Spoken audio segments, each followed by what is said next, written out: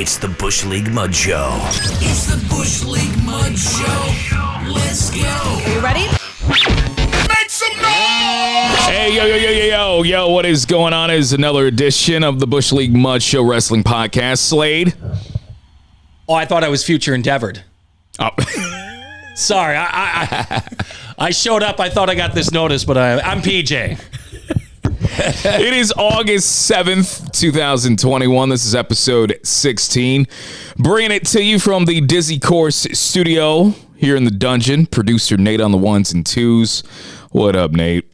Hey. How you doing? I remembered my name. He sounds like we did last night when we found out of all these future endeavors that one day. It just never fails. Exactly. You get your, I go through all week. I'm sifting through. I'm getting my notes, my thoughts together. And then there's always something else that gets thrown in there. We'll talk about that. WWE releases. Also, episode 16, we'll be talking about not just another round of NXT releases during last night's Friday Night SmackDown. They didn't even have the dignity to do it before or after. No, they did it during the show. We're also going to be talking about Adam Cole's contract situation with the company.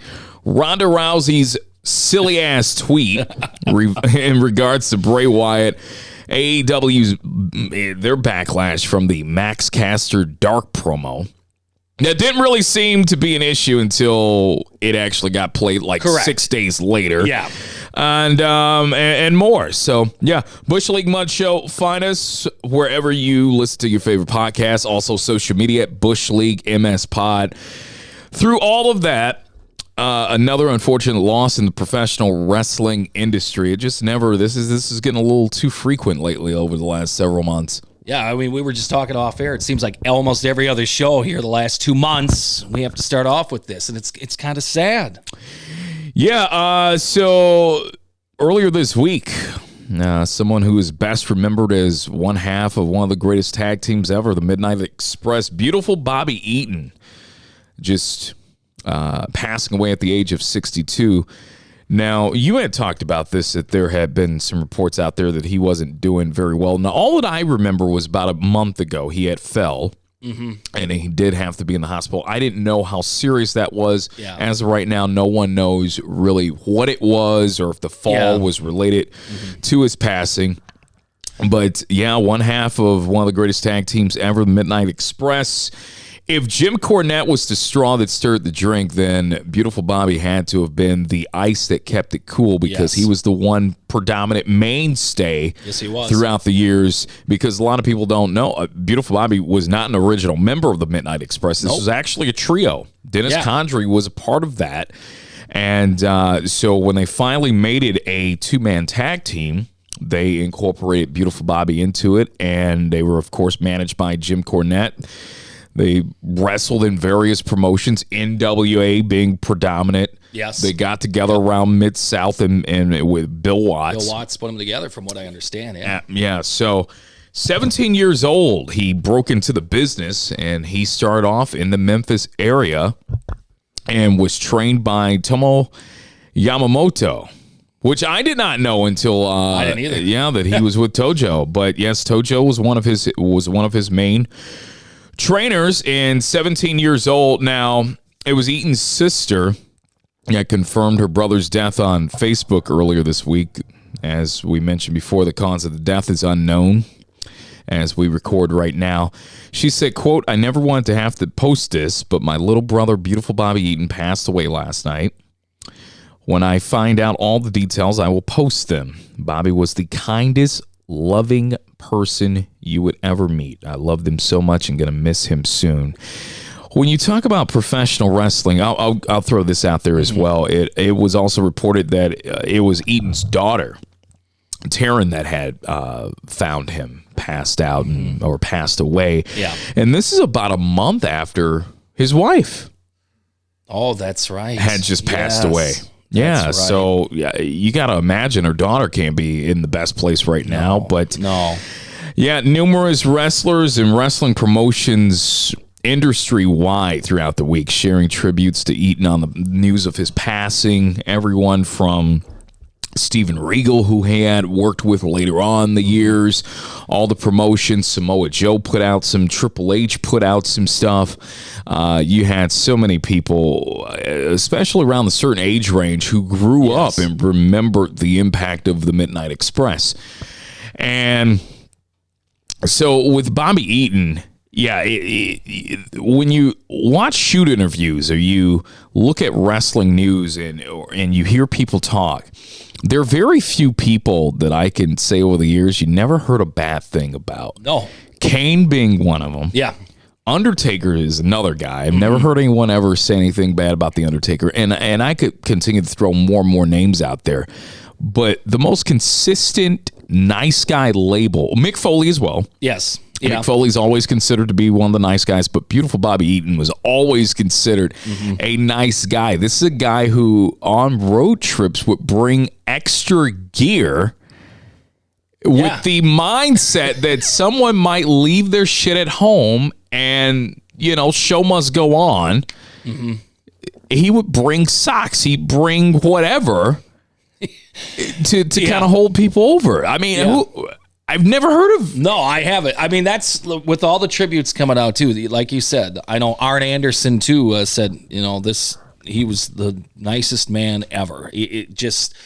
That's the number one thing I'm hearing about. Obviously, the great in-ring work that he did and all of that and all his contributions to the wrestling world, but just what a genuine nice soul and person he was.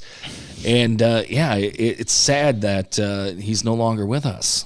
Yeah, 17 years old, and he broke into the business. Started off at NWA Mid-America, and then he eventually moved on because I believe NWA Mid-America, that was the Nick Goulas promotion. Then when that went out of business, Continental Wrestling Association, CWA, he worked there for about 3 or 4 years until he got his big break, Mid-South Wrestling. From about 83 to 85, a little small world-class championship wrestling, which the Midnight Express and the Rock and Roll were also drawing houses as well. Yeah.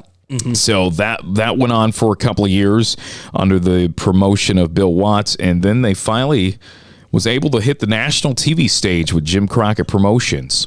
And Bobby Eaton was there even longer than the Midnight Express, because eventually around about the early 90s, 1990, 1991 to be exact, Cornette and Stan Lane, that half of the Midnight Express, they bounced. Yeah, they had enough with the business. They were out, at least with that company. They had enough, but Bobby, having a wife and his kids' support, he stuck around and had a solid singles run there for a bit. Yeah, that was my first exposure to him. Watching him in the 90s on WCW. I missed, the Midnight Express stuff because I was only like 9 or 10 at the time. But, my first exposure was seeing him in the Dangerous Alliance with Paul Lee. I mean, with Paul Lee having him and with Ravishing Rick Rude at the time, Stone Cold. Young Steve Austin, Larry Zbyszko. Arn Anderson and Medusa. That was, seeing Bobby Eaton in the Dangerous Alliance. I mean, that was one of my earliest memories of seeing this guy. Yeah, and that was a little bit after the singles run after the Midnight had left. Yeah. My first, and I'm like you, I was really, I was small at the time, pretty young. Too young to remember really the prime of the Midnight Express, but my first exposure to Bobby was as a singles competitor. Yeah. The Midnight Express had just left. They gave him a singles run, and one of my favorite matches ever that no one ever talks about enough is, growing up, for those that didn't experience this, WCW would do these Clash of the Champions a couple times out of the year, and it was basically a pay-per-view on free television. And they usually throw it on the Superstation on a Thursday night. That's right, And one night they had I'm pretty sure it was the same card, but we had a match of Luger versus the Great Muta. And that match went a little, I watched it back the other day, and it actually went a little too quick. I thought they had something there. Yeah. But they put Luger over. Luger beat Muta. But the main event that night was a 2 out of 3 falls match, a best of 3 between the world champ Ric Flair and beautiful Bobby Eaton. Bobby Eaton was in the world title picture. He had just became a babyface, and that shot him up the rankings of WCW, and they had an absolute barn burner. I mean, I don't use that term very often, but that's exactly what they had. It was a great match. Eaton took the first fall, and then Flair was able to win out, but it was just an unbelievable match, and people really, this is a guy who had a reputation. Stone Cold Steve Austin was once quoted as saying that wrestling beautiful Bobby Eaton was like taking a night off. Yeah. Because he could get his shit in, it looked believable, but he wouldn't hurt you, and he was such a great worker, like one of the best workers ever, and he just, it looks so effortlessly. If you go back and you watch Bobby Eaton in the ring, regardless if he was a tag team wrestler, if he was a singles competitor, it just looked natural. It just looked easy for him. It looked like he just picked it up, and like he just looked like a pure natural. Yeah. And he was doing some, complex moves at the time. The Alabama Jam. I mean, the leg drop off the top rope. The top rope, dropping that leg. Think about taking that every night on the road. How many times he'd have to do that? I mean, that would give you, some pain in the back for me just seeing it over and over again. And every time you heard, he didn't hurt anybody doing that move. He always knew how to land on it, jumping off the top rope. It's amazing that he was just this skilled to know every time the precision to perform that move and not hurt anybody. At that time, it's amazing. Yeah. As you mentioned before, after the singles run, he ended up getting with Paulie Dangerously in the Dangerous Alliance. That was a group that, they were, you talk about believable, credible heels. I don't think there is a faction right now in AEW or WWE that could have even fucked with the Dangerous Alliance. You had some Hall of Fame talent. Yeah. And Steve Austin was the young gun in that. Yes, he was. And was unknown compared to the other guys who had already left a mark in the business. Yeah. Zbyszko had already been around. He was a veteran and was a guy he was like the wily vet of the group. Absolutely. I guess. Yeah. You had Arn Anderson, who came back to the company alone this time because Tully Blanchard. That's right, after the WWF. Right, he came back, and you had Ravishing Rick Rude, who they catapulted immediately to feud with Sting over the United States title. So you throw Beautiful Bobby in there, and he ended up becoming tag team champs there for a bit with Arn Anderson. That's right. People don't remember that he was a tag team champ. That's a hell of a champ. Yeah, right, you got one member of the Midnight Express, another member of the Four Horsemen. They get together, they become the tag team champs, and I want to say they held the belts for maybe somewhere between 4 to 5 months. They had a pretty solid good run with it. After that, he ended up leaving for a while after the Dangerous Alliance. He stuck around for a little bit, and then he ended up leaving, and he hooked back up with Cornette in Smoky Mountain Wrestling. He was there for around about 93. I don't think he was there anywhere past 93, but he came there, and they hooked him up with Heavenly Bodies, which by then was Dr. Tom Pritchard and Stan Lane, being managed by Cornette. Before the Jimmy Del Rey, Okay. Correct. Yep. So that's what you had there in Smoky Mountain. He left Smoky Mountain, worked some dates there, worked in New Japan Pro Wrestling for a couple of years on and off, and then returned back to WCW, where he had another run until he left again around 2000. So he came back, and by then, Bill Watts, he had been ousted with his position at WCW. Eric Bischoff takes over. Bischoff brings Eaton back. He's back on the roster, and he teams up with a young Chris Benoit at that time. That's right. I forgot about that incarnation, too. For a hot minute, he's with Benoit, and Benoit was not established by then. No. Eaton was just getting back. So what they would do, they would use that tag team to go over on the lesser, low-level teams, but then they would put over the teams that were higher than them. Benoit ended up taking off. He stuck around for a little bit, teamed up with Steve Kern to make up the Fabulous Ones for a little bit. And then after that, he ended up hooking up with a guy by the name of Steven Regal. Steven Regal by then was doing the old British snob, Lord Steven Regal, with Dave Taylor. Yes. And they decided to basically bring in beautiful Bobby Eaton and teach him about the finer things in life, or how to have more etiquette to his life. This guy from Alabama.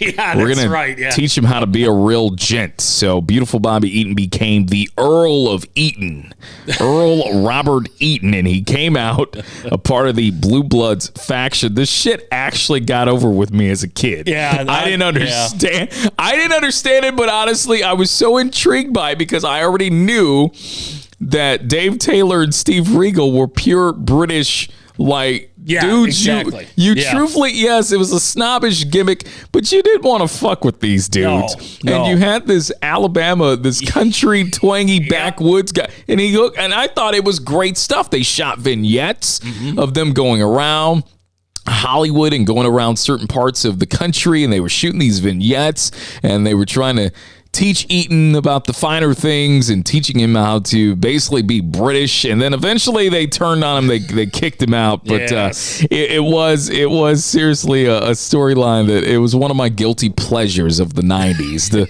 the Blue Bloods gimmick. He worked the independent circuit for a little bit before finally calling it a career. And up until about last year, a couple of years ago, they were still occasionally getting together, Jim Cornette and the Midnight Express, and they were doing the WrestleCon or the conventions, and that was always a table from what I understand. I was never, unfortunately, at a wrestling convention where they were there, but I was always told by some friends that they always had one of the most active, busy tables of anyone. It was just people loved, even though they were heels, people loved the Midnight Express, especially guys whose girlfriends back in the day were rooting for the Rock and Roll Express. They were cheering for the Midnight Express. They tore houses down wherever. It didn't matter the promotion. Whenever they got together with the Rock and Roll Express, I don't know if there's a tag team rivalry. I really tried to scrub through it, PJ. I don't know if there's a tag team rivalry that manifests to the popularity, the house drawing, maybe the Von Erichs and the Freebirds. Those might be your two feuds in terms of tag teams, because the Legion of Doom, the Road Warriors, They didn't have a feuding partner. They didn't really have a team because to have a feud for that long with a tag team means that you would have to lose to them as well. With the Road Warriors back in the day, they barely, and it wouldn't have been believable. Yeah. It just wouldn't have been believable. But you had the Von Erichs and the Freebirds in the Dallas area with World Class, and then you had, no matter the promotion, no matter where they worked, the Midnight Express and the Rock and Roll Express. And I know too. We heard that in the before the Midnight left WCW. I mean, they were doing the Arn and Tully, the kind of the Horseman Midnight kind of deal. But then they left the company. Arn and Tully left, and then it just. I mean, that could have been on that level. But you're correct. There's nowhere between Rock and Roll and Midnights. I don't think anyone can. Like we said, big money main events. You think about that now. You think we're ever going to get a tag team main event that's going to draw money? We hear the rumor for next year's WrestleMania potentially, if it's Rock and Reigns, whatever, but not on. It's not a tag team in a true sense of tag team, and not on the level of where these guys were night in and night out drawing money. So, speaking of how nice of a guy beautiful Bobby Eaton is, this is how nice he was and how well liked he was. There's the story when he was in Memphis.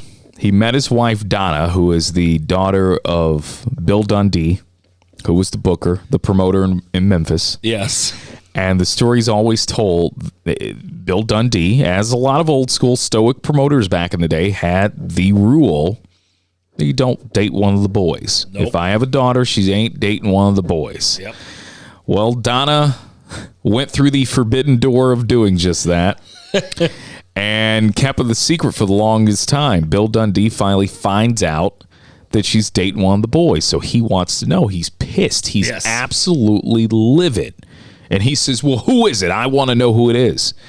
And she tells him that it's Bobby Eaton. And according to the legend, according to the story, there's a silence. And Bill Dundee, he immediately calms down and says, well, at least you picked the right one. And that was it. That was it. So that tells you just how well liked Bobby Eaton was. But yeah, his wife Donna had just passed away June 26th, so not just a little over a month ago, and she was 57. Oh man. So they ended up having 3 children together. But condolences out to the family, to the Eaton family. Yes. So that is definitely a big blow to the professional wrestling world. Well, we go from a legend to people that we'll never know, at least for the time being, what we got with them. WWE just couldn't help it. No. Just couldn't help it. Just spent most of the year slashing its roster, PJ. Nearly 50 wrestlers.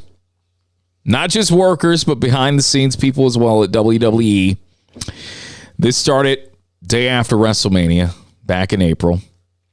NXT releases, it was 12 of Friday night, and then another one, a 13th, was added late Friday night. And there could be more. There could be potentially more. Like. Already in the same week for the company released Ric Flair and Bray Wyatt. We broke in last weekend as we're recording, where that news dropped.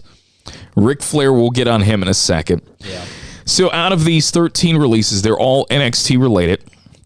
And we're not going to sit here. We've done before. We've done breakdowns of everybody that's been released. We're not going to do that with this. A lot of them are predominantly unknown, but there are a few that do stick out, like Leon Ruff. Yep. And let me also throw out there, too, that there's no notice behind the scenes on many of these releases. Several of these releases, dude, they've been cut last night, and they were already midway through storylines. Yeah. They had already made appearances on television this week. Yeah.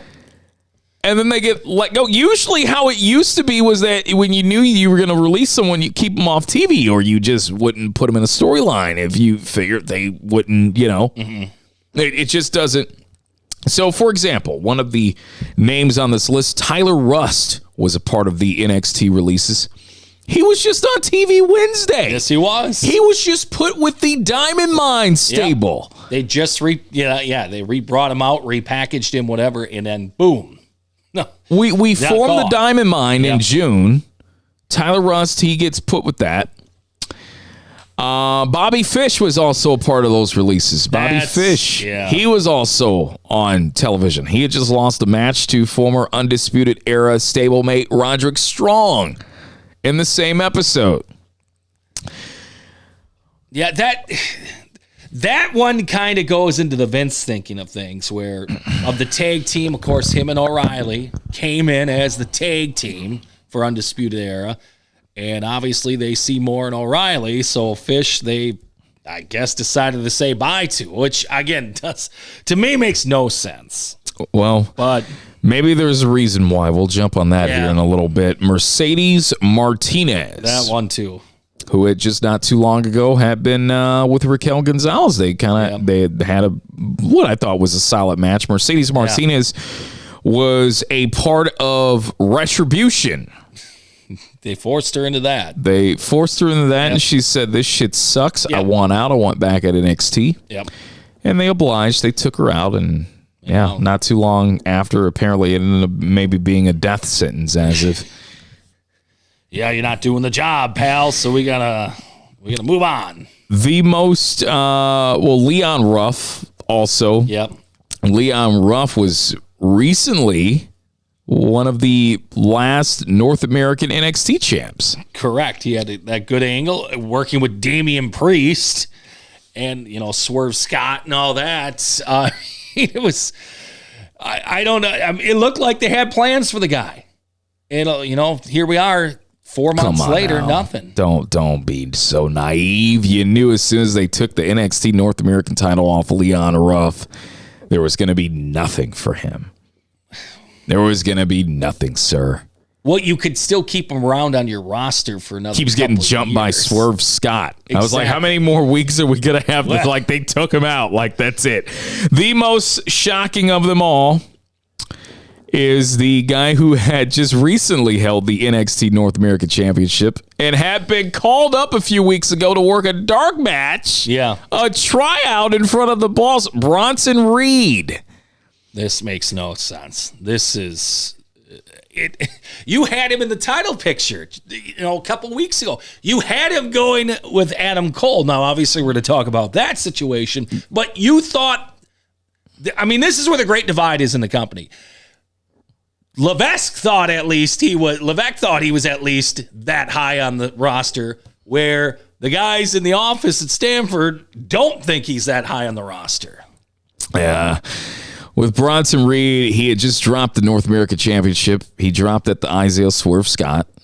That was back in June, late June. Yeah. So when he dropped the belt, we assumed, especially with the tryout dark match on SmackDown, that, okay, he's going to be getting a call up. That's what we assumed. Yeah, we heard all that talk that Vince is going to NXT to, talk to the talent, and we need new stars and all that BS, and well, this is where we're at now. Up in late Friday, there was another one who was added to this, Desmond Troy, who we had recently seen. He was one of the henchmen for Apollo Crews on SmackDown. They didn't have anything for him at NXT. We barely saw him at NXT. Okay. He's a former collegiate wrestler, so they brought him in, and yeah, that was the last I had seen of him. He was in the staple for Apollo Crews, kind of one of the henchmen. But of those 13 names, none of them, even Bronson Reed included, they're not quite as surprising as the Bray Wyatt release from last weekend, which they also blame and credited budget cuts to being why that was the case. But it just basically shows, again, we've talked about this, that no one is safe in this company. At this point, with Nick Khan in charge, and the word is that Nick Khan has Vince's ear probably more than anyone in recent years, and he's been given the green light to do whatever needs to be done, especially staying below the red line, which I don't know what is the red line in WWE. They're making money hand over fist. They're bragging about it consistently on investor calls about how much they're profiting. Yeah. They've got television money. Do you think...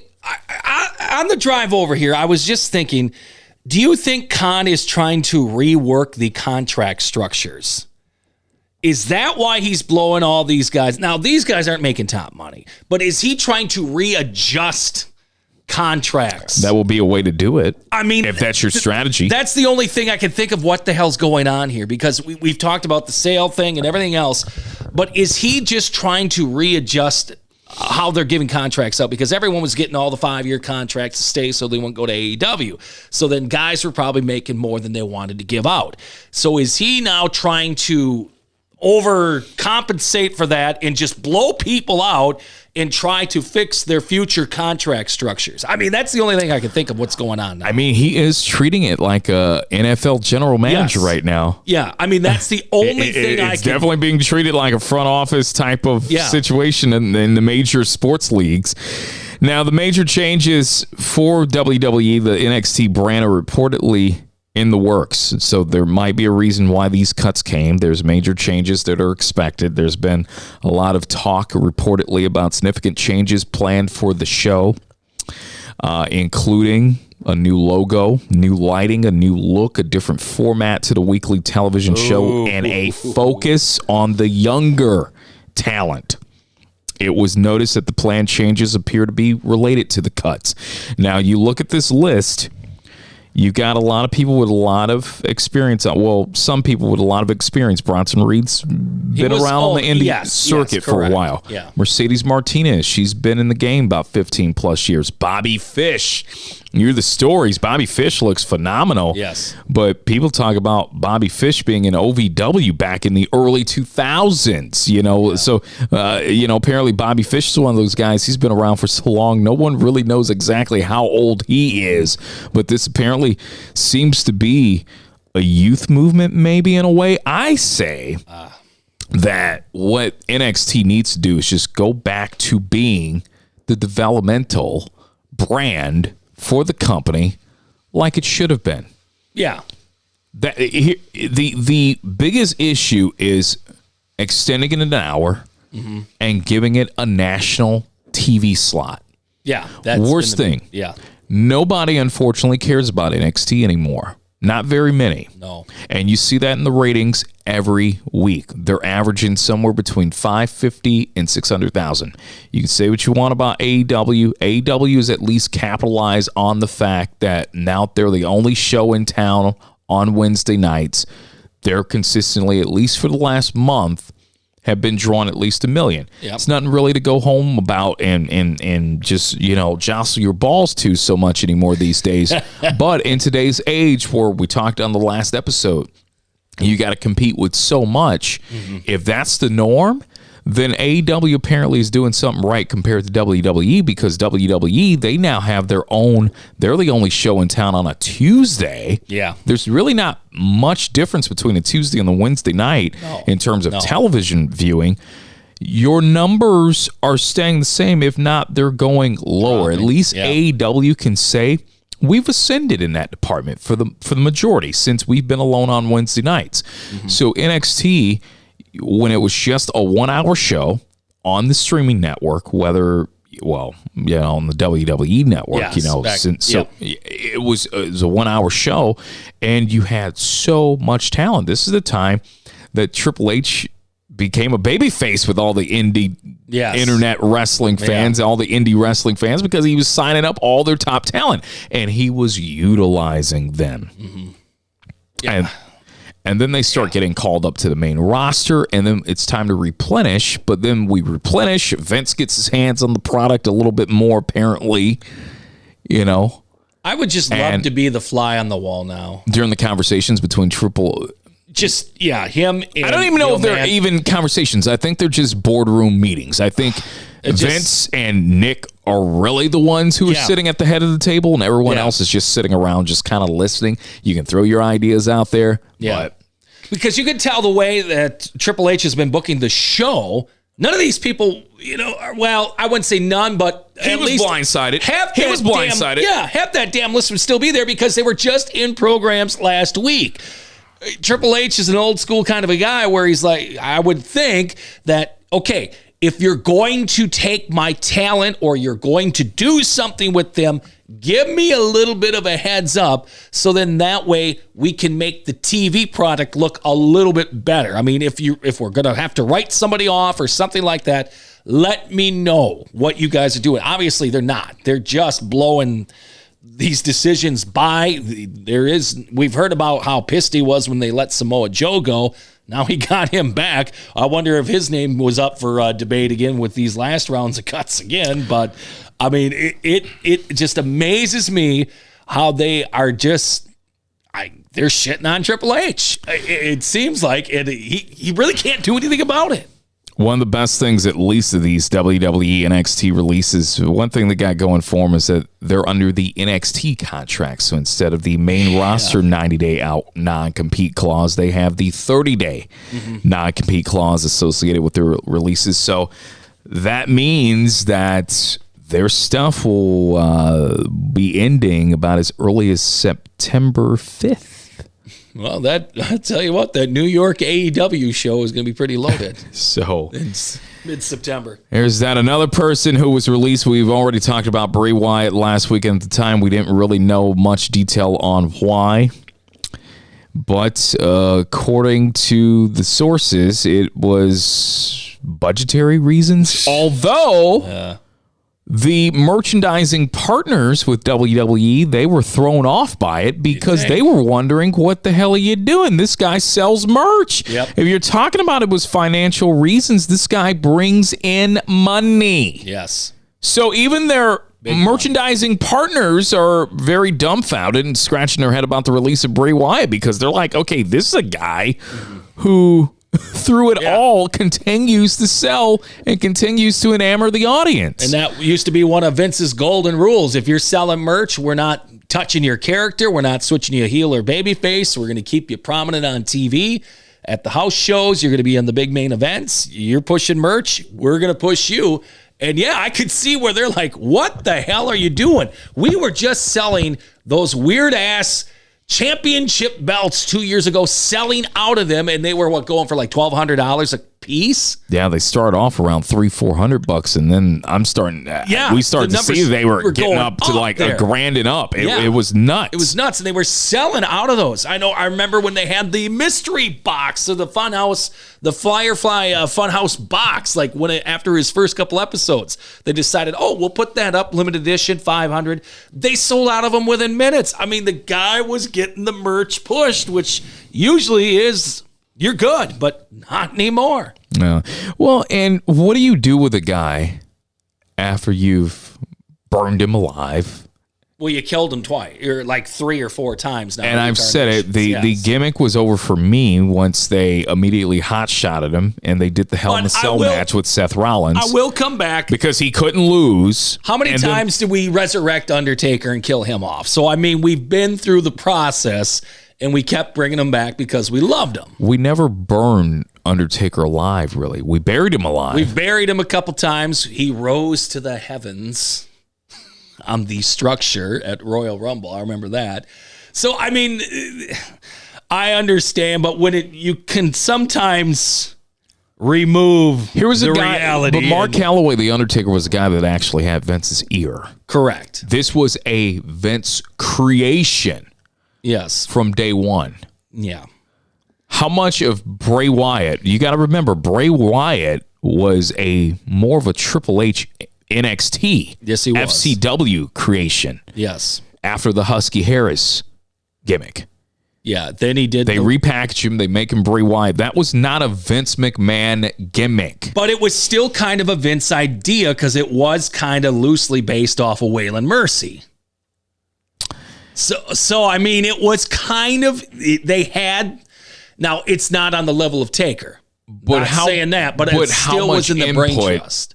You know, Vince was not in the room, though. No. At NXT when they decided to give him that gimmick. Who was around the time that Waylon Mercy was on the roster? Dan Spivey, that is. Triple H.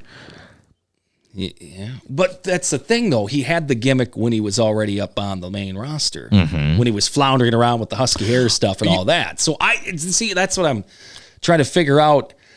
If it was Triple H or, if he never won the big matches as Bray Wyatt. Well, yeah, they buried him. That's the thing. They literally buried him. The Cena angle, they came in with a bang, the Wyatt family. Yes. They immediately feuded with Kane on the main roster. They got me back into it. They had the Inferno match at SummerSlam. I was out of watching wrestling at that time. I haven't been back for a couple of years.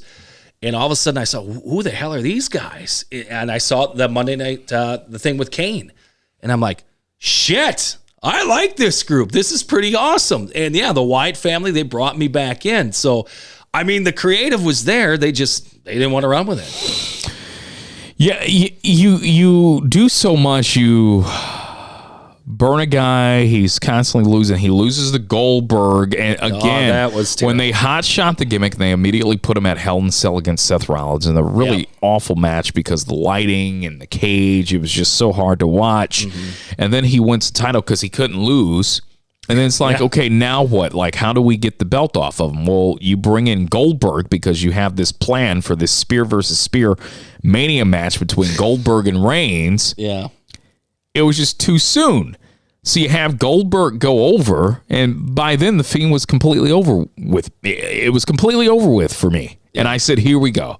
They've already fucked it up. They couldn't even wait a year. No. They couldn't wait a year. They've already fucked this up, and then it just continued to get more and more ridiculous from there. And then eventually they gave the gimmick, and it branched off, and now it's Alexa Bliss's, basically. Yeah, that's basically they transitioned it to. I mean, the Mania match, more and more looking back on it with Orton, it was.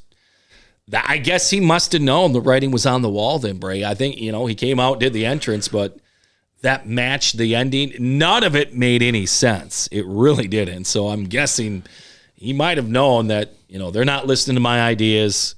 We'll just go through the motions in this match. And that was the end. We've never saw him in the ring again ever since Mania. Another one of the releases this past week, Fightful and Wrestling Inc. were the first few to confirm that the company came to terms with the release of Ric Flair, the Nature Boy, the 16-time world champion. Flair also confirmed that he had requested and was granted his release. Now, Flair, he hasn't wrestled since 2011. That was in TNA.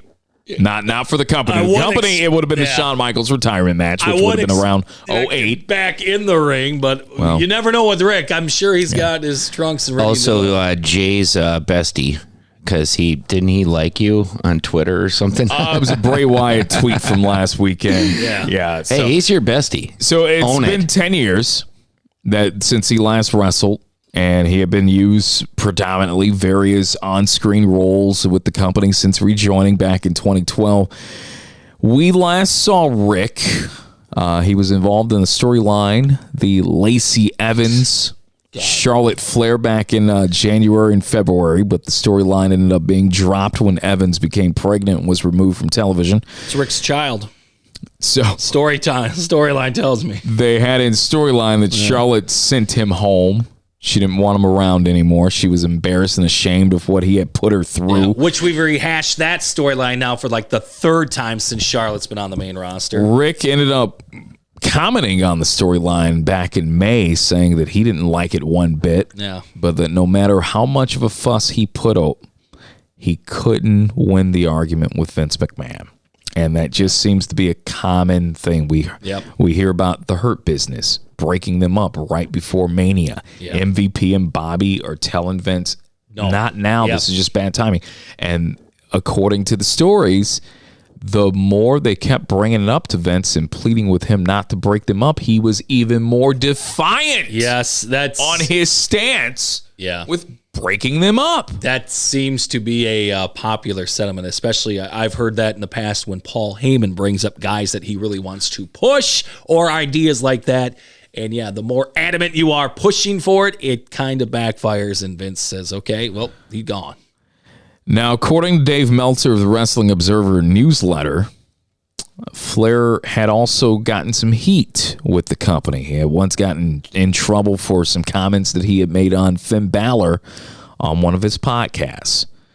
According to Meltzer, it stated that Flair, he was very careful about what he had to say while he was with the company. He makes sure not to make any more comments against the company to protect his daughter's career. Mm-hmm. And it got to the point where he just completely stopped doing his podcast because he got a lot of heat for comments that he had made on the podcast. And his podcast has been defunct for about 6 years. Well, that's I'm just. Yeah, I mean, I heard too from Conrad. It was on Rick time as well. So I mean, it was. You feel like doing it today or not? So, to paraphrase the comments that Flair made in regards to Finn Balor was that he would never headline WrestleMania due to his size. Now, let me ask you this. Well, after they took the Universal belt off of him the next night, after he became the first Universal champ, he had the torn labrum. He was out of action for a bit. Clearly, Flair knows the thinking of that company. Yeah. He's probably heard some of the spoken verbal thoughts of people in that company. Mm-hmm. Have we seen Finn Balor one time main event at WrestleMania? No. Have we one time seen Finn Balor anywhere close to being in the main event or the title picture around Mania season? No. He's clearly there must be something. Yes. Absolutely. Yeah. I mean, and I was just thinking too, well, I don't think he meant that as a jab to Balor. It's just how they are. Because he's seen guys like Shawn Michaels, guys like Daniel Bryan, whenever he was in the main event, but he never headlined it by himself. Right. He was always in a three-way match. They never would go with they would never trust him. I don't know why. So the major speculation is that the reason for the departure are just creative differences with Vince over his daughter, Charlotte, which he claims that that's not true. There might have been some comments made in terms of putting Charlotte in goofy-ass storylines, and maybe the Nikki Ash might have been one of them. Because if it comes to being in the title picture, well, Charlotte's a mainstay and will continue to be until she hangs it up. Yeah. So I don't think I think it's a credible champ, regardless what the fans say. They know Yeah. She's one of the greatest to ever do it. Yeah. And so maybe it just has to do with being put in stupid ass storylines with Lacey Evans and Nikki Ash and whoever else you want to throw goofy ass gimmicks. Well, Rick, too, old school guy, wrestling. He liked the wrestling storylines. Vince, entertainment. I want the entertainment shit instead of the wrestling. So I'm guessing, too, Rick trying to get across. It's nothing new, right? This is the guy who fought with Jim Herd back in the day who wanted to put an earring in his left ear and make him Spartacus. Yes. So, I mean, I'm going to guess that's maybe where, too, some of the divide was. It's like, come on, focus on the wrestling, Vince. No, we're not wrestling. We're entertainment. And that's probably where another issue was. Well, with all the roster releases, it is also trickled into the world of video games. At least game developers that have to deal with fucking WWE and their bullshit right now. They've been feeling the wrath of the roster cuts. Yeah. Well, WWE 2K22, what people don't realize, and I got to go to a couple of video game conventions over the years, and you talk to these game developers. They are worked to the bone. Yeah. 18-hour days. Yeah. Little pay for what they do. The work to money rate, it just doesn't match up. Okay. So when you're talking about the WWE, the 2K series that they put out every single year, it looks graphic-wise, it looks spectacular. I mean, video games, when it comes to professional wrestling, it's definitely evolved over the years. I don't play them anymore, but from the looks of it, it looks tremendous. It looks great. Yeah, we've come a long way since the original Nintendo WrestleMania game. So there was no 2K21 last year due to the pandemic. Yeah. They couldn't get anyone into the studio, do the moves. They couldn't do what they do every year to put that thing together. 2K22 is expected to come out, but we've got characters that because of the roster cuts, they have to go back into development and take them out. That's bullshit. So they were already getting criticism because the WWE 2K20 was awful compared to what it had been. Shit. Okay, so your kids play this. Oh, yes. We played that one. It sucked. The gameplay was terrible. I wish they would have gone back to the 2K15 or 16 gameplay. I know some people were pissed about that, but I thought that was a hell of a lot easier than what they did.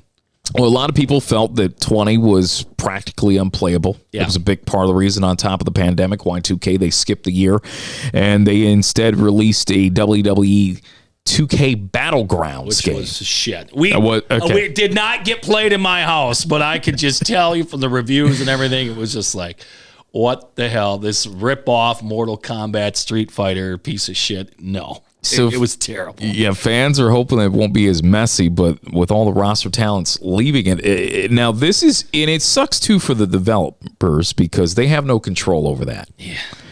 You're just kind of told, okay, so-and-so is no longer with the company. You got to continue to go back in and scrub and scrub and scrub and get it right.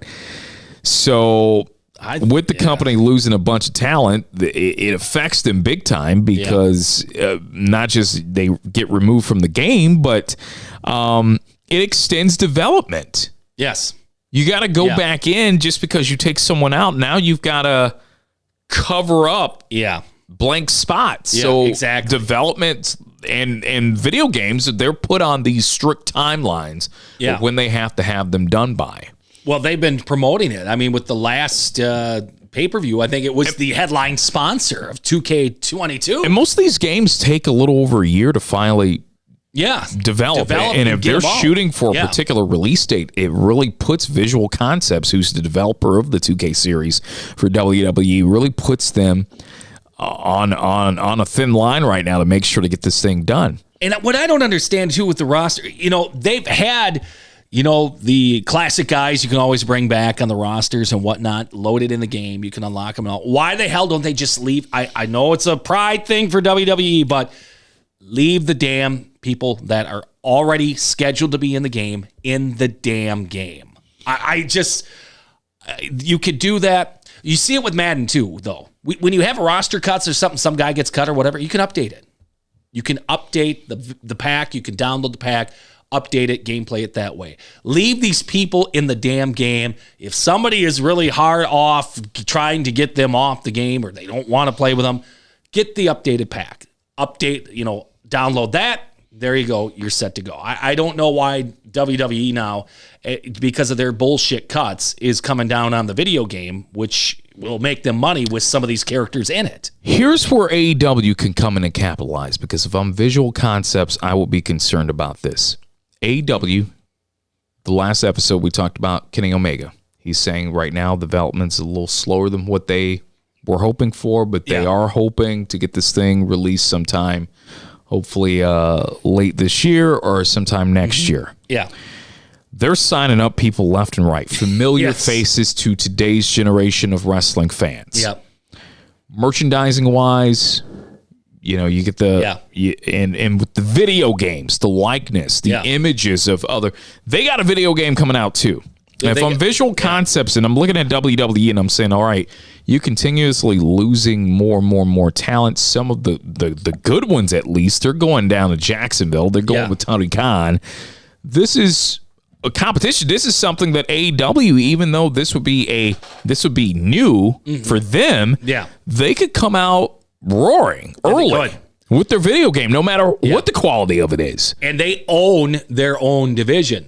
That's the other thing of this, where WWE is, out, going to 2K and running it through them, where AEW, they've been putting their own money in development, and we thought, well, that's kind of ridiculous. They lost this much money on it. But now looking at it, they do have a good opportunity here if they continue on the path of, getting these guys. I mean, imagine Daniel Bryan and CM Punk on the cover of an AEW game. It'd be huge. It will be huge. It was sold. And then, some of the other guys that they signed, Sting will be in it. I mean, you can use Sting as a character. I mean, some of those things will be huge. You can't undermine that. And the other thing, too, with 2K, you can already download guys that people make and put them in the game. So it's not like the WWE, we're going to take these guys out. You got to get these guys out. It's not like people find a way around that. My kids use frickin' SpongeBob and Homer Simpson in the goddamn Royal Rumble. I can tell you, we download all these guys. Cody Rhodes on 2K20, we were able to get him in WWE. Kenny Omega, Young Bucks, they're all out there. People make them. Just to piss away time and say, don't put these people in the game. People get them in the game anyways. You're just wasting time. Well, one guy, we know he's going to be on somebody's game. We just don't know for what company around this time next year. Adam Cole, his contract situation over the last weekend, when we last recorded, it emerged after we had recorded, actually, that Adam Cole's contract with WWE technically had expired after the NXT Great American Bash show on July 6th. Surprise. Now, per reports, the former NXT champion agreed to a short-term deal that would see him work through SummerSlam, which would be the NXT takeover that's going to be going down in Vegas. Mm-hmm. And that was done to allow him to blow off the feud with Kyle O'Reilly. Yep. The initial reports also stated that Adam Cole would be waiting until later on this month after the NXT TakeOver 36 on August 22nd to decide on his future, and WWE is very accepting of this.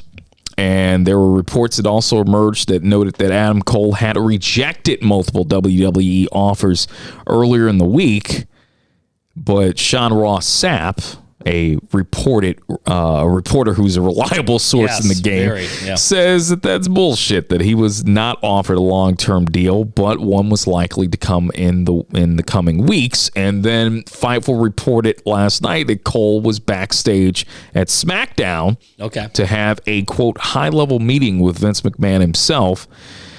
Now, if he were to sign somewhere else, there would be the 90-day non-compete clause due to the contract expiration. Okay. So, yeah.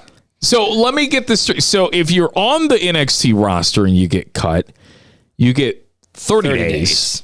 But if the contract expires, it's 90. So I don't know the contract status of the people in NXT that have been getting released, but you would think the company, out of spite, would just let the deals expire. You would think so. And maybe that was the original thought process. And Nick Khan probably said, no, we just need to get this off the books right now. Or they, when he did the restructure, that's when they threw the 90 in there. Okay. That's my guess, is how that got thrown. We'll give you the short-term deal, but once you're doing this the 90 instead of the 30. So it was originally the 30, but now we do the short-term deal. Yes. So I did not think about that. Good job on that one. I mean, that's my only thought on how the hell that turned into a 90. But again, Adam Cole, a very thoughtful guy. Every time I've listened to him on a podcast or something, very thoughtful guy, looking through anything, and I could see where, may as well play both sides right now and see where the best deal is coming. Obviously, if you're Adam Cole, where do you go right now? You look around and you see what's being done with the NXT division. Yeah, you don't have faith, nor do a lot of fans of Adam Cole, or just wrestling fans in general, have faith that they will do right by him on the main roster. Yeah.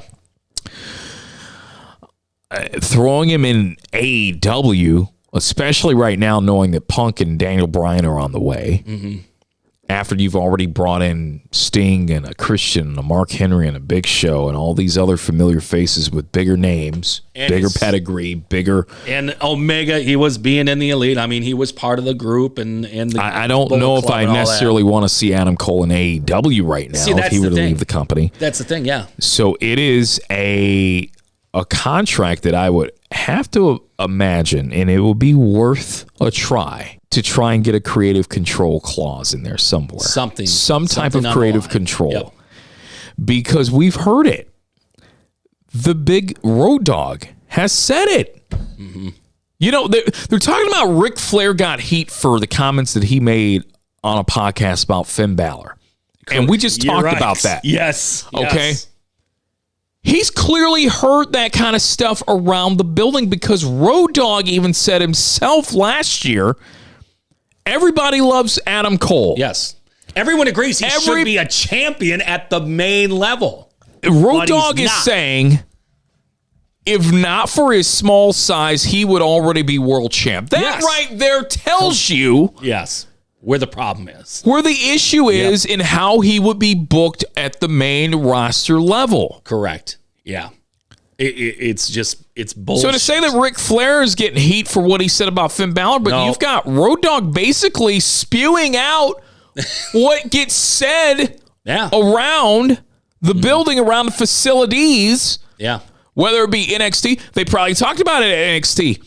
They probably spoke about it in terms of, we know what Vince is into. Exactly. This guy's special. Mm-hmm.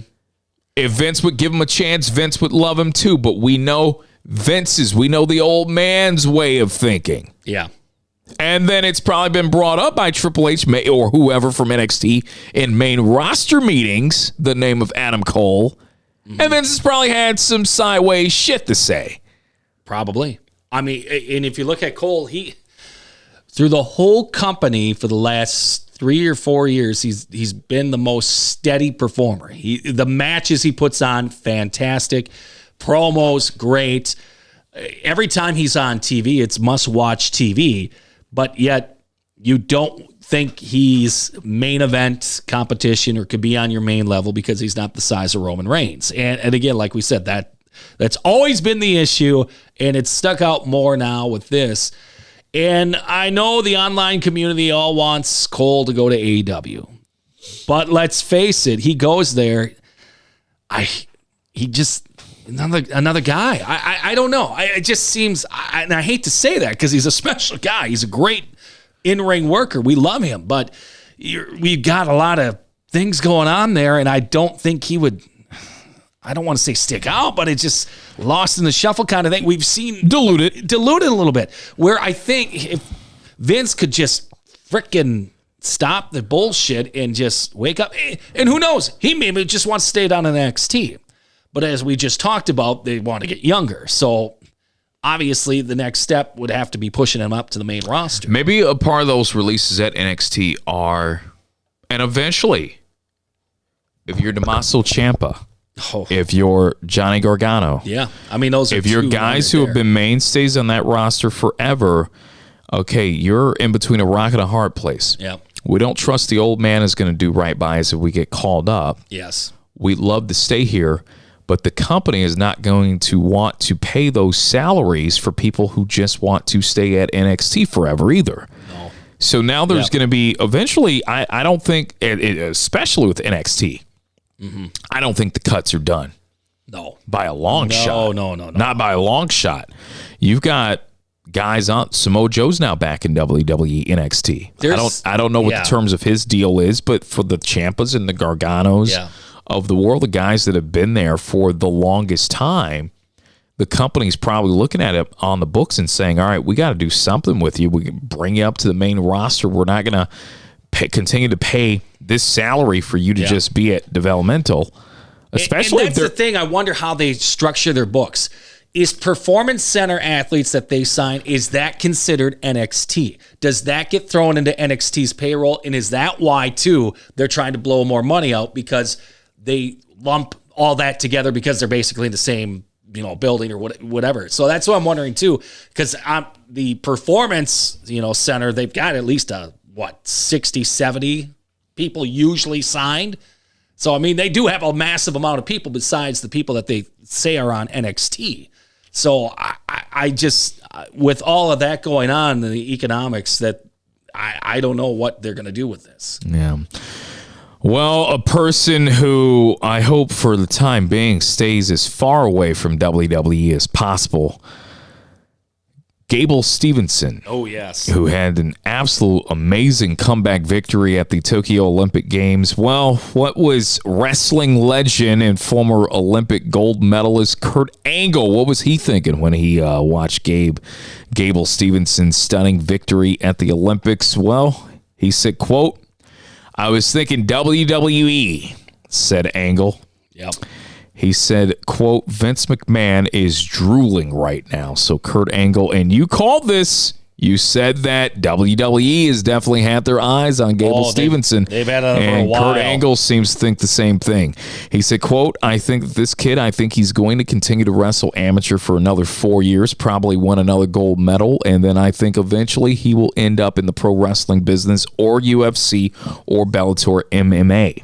So the kid has an incredible future." Well, when you're an amateur wrestler, once it's done and you're still at a place in life where you're the right age to still pursue and use that ability to your advantage, there really aren't too many other options, I'd imagine, than professional wrestling or MMA. Yeah, and obviously University of Minnesota. And he looks like a shit brick house. He is the legit deal. Looks like Brock. I mean, reminds of Brock. They are. And if they knew any better, they would book him like Brock if they were to sign him. They would. He is a Paul Heyman guy. Heyman has had his eye on him since middle school.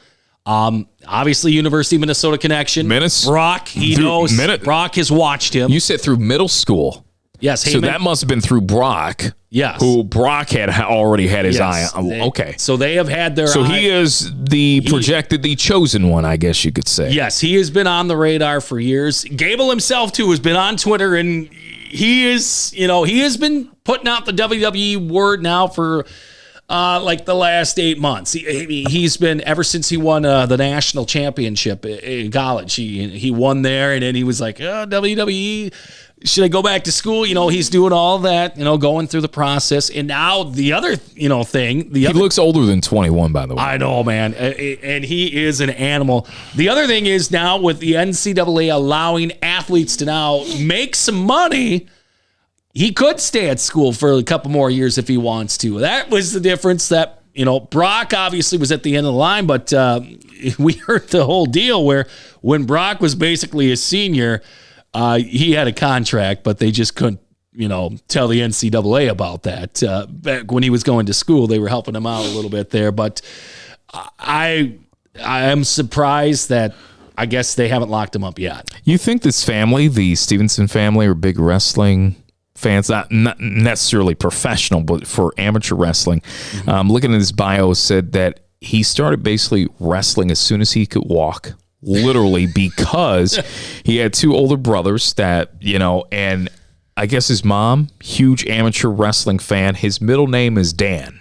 Okay. So his mother named him after Dan Gable. Okay. So this is a amateur. This is a mat wrestling family. So he has been pretty much purebred to do this from And he's a hell of an athlete. I mean, you saw him do the victory flip and all that. He's got the athletic ability too. He's about every bit of 260, 265. Yes. Maybe more. Yes, he is. I mean, he's got to be the next one. I mean, I don't know how much longer he'll do the amateur thing, but if we don't see him like in the next 2 years, I'd be shocked. Gable Steveson, gold medalist at the Olympic Games. Now, I applaud for that. That's a lot of hard work. That's really extremely hard to do it. But as I asked you before, he still ain't a Kurt Angle gold medalist. He didn't do it with a broken freaking neck. But he will go. The performance he had at the Olympics, that is going to be quite memorable for a while. 20 seconds, two takedowns. In the last 20 seconds,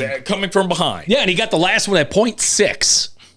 To take the lead. They had to go to replay, didn't they? To make sure that they went to replay, and because they went to replay, the other wrestler from Georgia, he lost a point. So that's why it was a 10-8 official score, because he lost the replay. So that's why he won by 2 points, but it was going to be a 9-8 victory.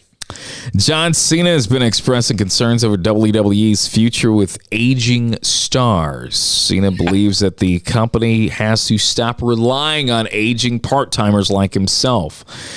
So Cena was speaking to USA Today. He was on this big, huge nationwide promotional tour for Suicide Squad. And for some of them, he was even dressed up in character. Well, he said he was going to do that a couple times, as Peacemaker. He was definitely, he was working the gimmick. And he was chatting with USA Today, and he commented on his current role as a WWE part-timer and shared his thoughts on his relationship with the company for now and for the future. And he said, quote, "I wish there was some sort of fountain of youth where I could be a full-time contributor," before adding that it's in the interest of both parties that he eventually leaves the company behind for good at some point. Yeah.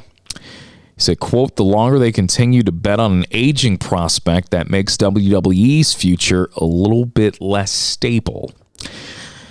He's saying what we've all thought for years. Mm-hmm. Starting with, could you say, The Undertaker? Yeah. Yes, it's cool for visual effects and stuff, and for the whole, you miss The Undertaker for so long. When he comes back, it means something, but then the bell rings. Yeah. And although there are still some things that The Undertaker can do at the advanced stage of his career, there are certain things that he can't do anymore. Yeah. And you want to remember the good times. You don't want to see a declining star right before your eyes. You don't want to see a lifetime 350 hitter at the plate. Yeah, strikeout. Still continue to hang out for the last few years, and at that point, he's a 230 hitter. Yeah. 220. It's just not fun. It's not what you want to see. And John Cena is, speaking of gospel that people have been saying for years now. For the time being, yes, he's going to continue to take the bag. Yeah. He's still in phenomenal shape, and he's still at an age where he's not, where you look at John Cena and say, well, he absolutely should not be in the ring whatsoever. He's still at the stage where he still looks like John Cena. Yeah. He's still going to work like John Cena. He's still going to be able to do some phenomenal superhuman John Cena things in the ring with strength and all of that. But yeah, eventually this all ties into the releases that we consistently see this year. Yeah. We're releasing people that I don't think the company has really given enough thought of how we can really utilize these people so that they're a part of the next generation of talent that we have here in the company, because we're going to need it. Yeah. Because we got competition. Regardless if you want to acknowledge the shit or not on investor calls, you have competition. And yes, you can make fun of the other company for signing a lot of your guys, but for right now, it's going to work. Now, if AEW's smart, they'll eventually, when that time is over and done with, those familiar stars, when they're ready to move on, they will have done enough with the current younger talent to make it an easy transition. But WWE right now, the rate they're going with the releases, they won't have a pot to piss in. No. And they'll be right back to buying up indie wrestlers here within the next 5 years. They're the way that's going. Yeah, they cannot develop anyone right now. And if you've noticed how Cena has been booked here, obviously doing the promos and whatnot, but he is on both shows has come out with trying to help get some talent over. He did the Riddle thing on Raw and then the Corbin deal on SmackDown. And it sounds like, too, we're going to work him in with Balor a little bit, I guess, to give Balor a little more shine. So, I mean, yeah, I found that very interesting how they've been putting him into those certain situations, trying to, as Pritchard would always say, rub the Hogan dust on him, give him a little Hogan dust. Well, they're trying to give a little Cena dust to some of these guys right now. John Cena, of course, going to be in the main event at SummerSlam, where he will be taking on Roman Reigns for the Universal Championship. Some concerns over SummerSlam, though, right now. The staff at Allegiant Stadium in Las Vegas are still making full preparations, though. The SummerSlam 2021 is going to be going down despite the concerns within WWE. The event could be canceled. Yeah. Now, there's already talks that they are going to go all out with the NXT TakeOver show as well. So as far as we know, this show's still going on. Yeah. Now, this is amid all the rising COVID-19 cases in Nevada. They're spiking. You talked about that earlier in the week to me off the mic. But Yeah. It's not just Nevada. It's across the states. Yeah. Vaccination rates, the percentages are going up, but so is COVID cases right now that we're seeing. So it was reported earlier this week that WWE officials have some real concerns in regards to that. The worry revolved around the potential for a ban on mass gatherings being introduced in a bid to stop the rise of the coronavirus cases. And there's supposed to be 40,000 fans in attendance on August 21st. Andrew Zarian of the Matt Men podcast, shout outs to him and the good work they do there.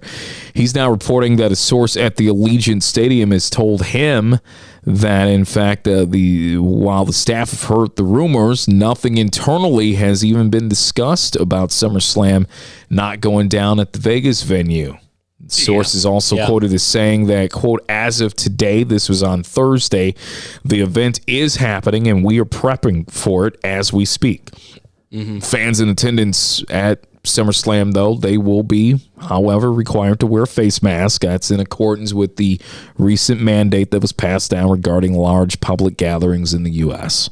Well, I think that's the thing that got everyone thinking, because I know Clark County, the big county that Las Vegas is in, they were one of the earlier ones to reintroduce the mask mandates, and I think it was in the middle of July. So I saw that, and I'm like, that could be, timing-wise, I think it was only a 30-day mandate they put in. So the timing was it was going to expire a couple days before SummerSlam was to happen. But, if they re-upped it, or like you said, they put the ban on the mass gatherings, that could really screw things up. Now, if they're going to make him wear masks in there, well, that's what you're going to have to do. I mean, just like we talked about with the Madison Square Garden show, you have to show your card for vaccinations. That's just the thing we're going to have to live with. It's to be expected. It's just a thing we're going to have to live with here until we're entirely out of this thing. It's just going to have to happen. That's just the way they've got to run the shows, how they got to comply with everyone. Because let's face it, nobody wants the damn show canceled. Everybody wants to see it. They want to be there. They want to pay. They want to make some money. Allegiant Stadium, think about this. They built this palace in the middle of the desert. They haven't been able to put one single damn person in there since the Raiders moved there. It's been vacant. I know they've been trying to do I think they put a Garth Brooks concert on, but I mean, other than that, it wasn't built just with the idea of just Raider games, just like the T-Mobile Arena in Vegas. It wasn't just for the Vegas Golden Knights. It was to bring big major events there, so we're not constantly doing it at the Thomas and Mack Center and the MGM and the Mirage. Yeah, it's not. Ronda Rousey, she recently gave her 2 cents on Bray Wyatt and WWE fans. Wyatt, we talked about earlier in the podcast on his release with the company. She took it to social media on Tuesday to discuss the release of Bray Wyatt, blaming WWE fans for his departure from the company. So Rousey took it to social media earlier this week on Tuesday, as a matter of fact, to discuss the release of Bray Wyatt and blamed the WWE fans for his departure from the company. Now, before I shit on this, I'll go ahead and I'll go into what she tweeted. She said, quote, "I've seen you same fans chanting hashtag we want Wyatt last night, chanting we want beach balls over Bray Wyatt performing. If the WWE treated him like he was expendable, it was because you ungrateful idiots did first. I like the heel promo. We got heel Rousey back At again. this point, though, we haven't seen you since WrestleMania 35. Is it really you working a promo, or is it really just you talking out of your ass? Anyways, it's not the first time that she's been critical of the fan base. No. She was pretty upset following the Survivor Series match in 2018, where she got booed heavily following her match with Charlotte Flair. She criticized fans that night on social media for their seemingly fickle attitudes towards her. Well, the fans didn't want Charlotte in that match because that was the one where it was supposed to be Becky and Ronda, but they pulled it out because she was still having the effects of a concussion from the Nia incident, was it? Mm-hmm. So I think part of that was because of who they threw in there. And then, of course, we got pigeon-toed with it. That's the main event of Mania anyways. Look, come on, heel Rousey. Rousey, her criticism of the fans trying to hijack shows. Okay, as a fan, from a viewing perspective. Yes. There are many times where you're watching a show and the crowd in whatever way, whether it's fucking beach balls or we want, the CM Punk chants or the what? And that kind of shit. Yes. Yeah. That's really annoying. It is. So it's warranted. The criticism is warranted on that perspective. But to put the fans, give them the blame for what happened to Bray Wyatt. Yeah. It's ridiculous. Mm-hmm. Okay. WWE has already proven that they don't give a fuck about their fans. Yeah. As many times they march Stephanie's ass out there every couple of years, talk about the WWE universe and inclusiveness, and we listen to you, and it's bullshit. No, they don't. It's bullshit. Yeah. That's why fans are hijacking the shows, because they know that they're being fed bullshit and they're being told that it's applesauce when it ain't. Mm-hmm. And with the Bray Wyatt thing, look, the fans were nothing against him, nothing against the man that Wyndham Rotunda. It's nothing against the man personally, but the fans were sick of that shit, of seeing the cool shit that he was doing. Yeah. And then Vince gets his hands on it and ruins it. Yeah. Well, two of the beach ball chants were coming out when they paired him with Matt Hardy. They were trying to bury both of them at that time. The Wyatt family. Wasn't there a time where Cesaro ran into the crowd and popped the beach ball during Raw? Was it a match with Hardy and Bray? Or yes, it was. Okay, it was that match because it was the Bar versus Hardy and Cesaro, and yeah, he ran. I think it was during a commercial break or something, but yeah, they showed it, and yeah, he ran and he popped the damn beach balls. This is just, to blame the fans is just very, I think, an irrational reaction. Correct. How about the inconsistent booking the last fucking 12 years this guy has been in the company, regardless of what gimmick he played? Yes. Okay, I would say the management is more at fault for that. Yeah, exactly. Especially over the last 5 years, where they've just completely just ruined the ideal of what this guy could have been. The Fiend character that was, met with almost universal praise from the get-go when it debuted. Yeah. During the first Firefly, the Funhouse segments. When did we start to see that? Around the summer of 2019 or so? I think it was it the night after Mania of 18 or 19? No, 19. It was during the summer. It was leading up to SummerSlam.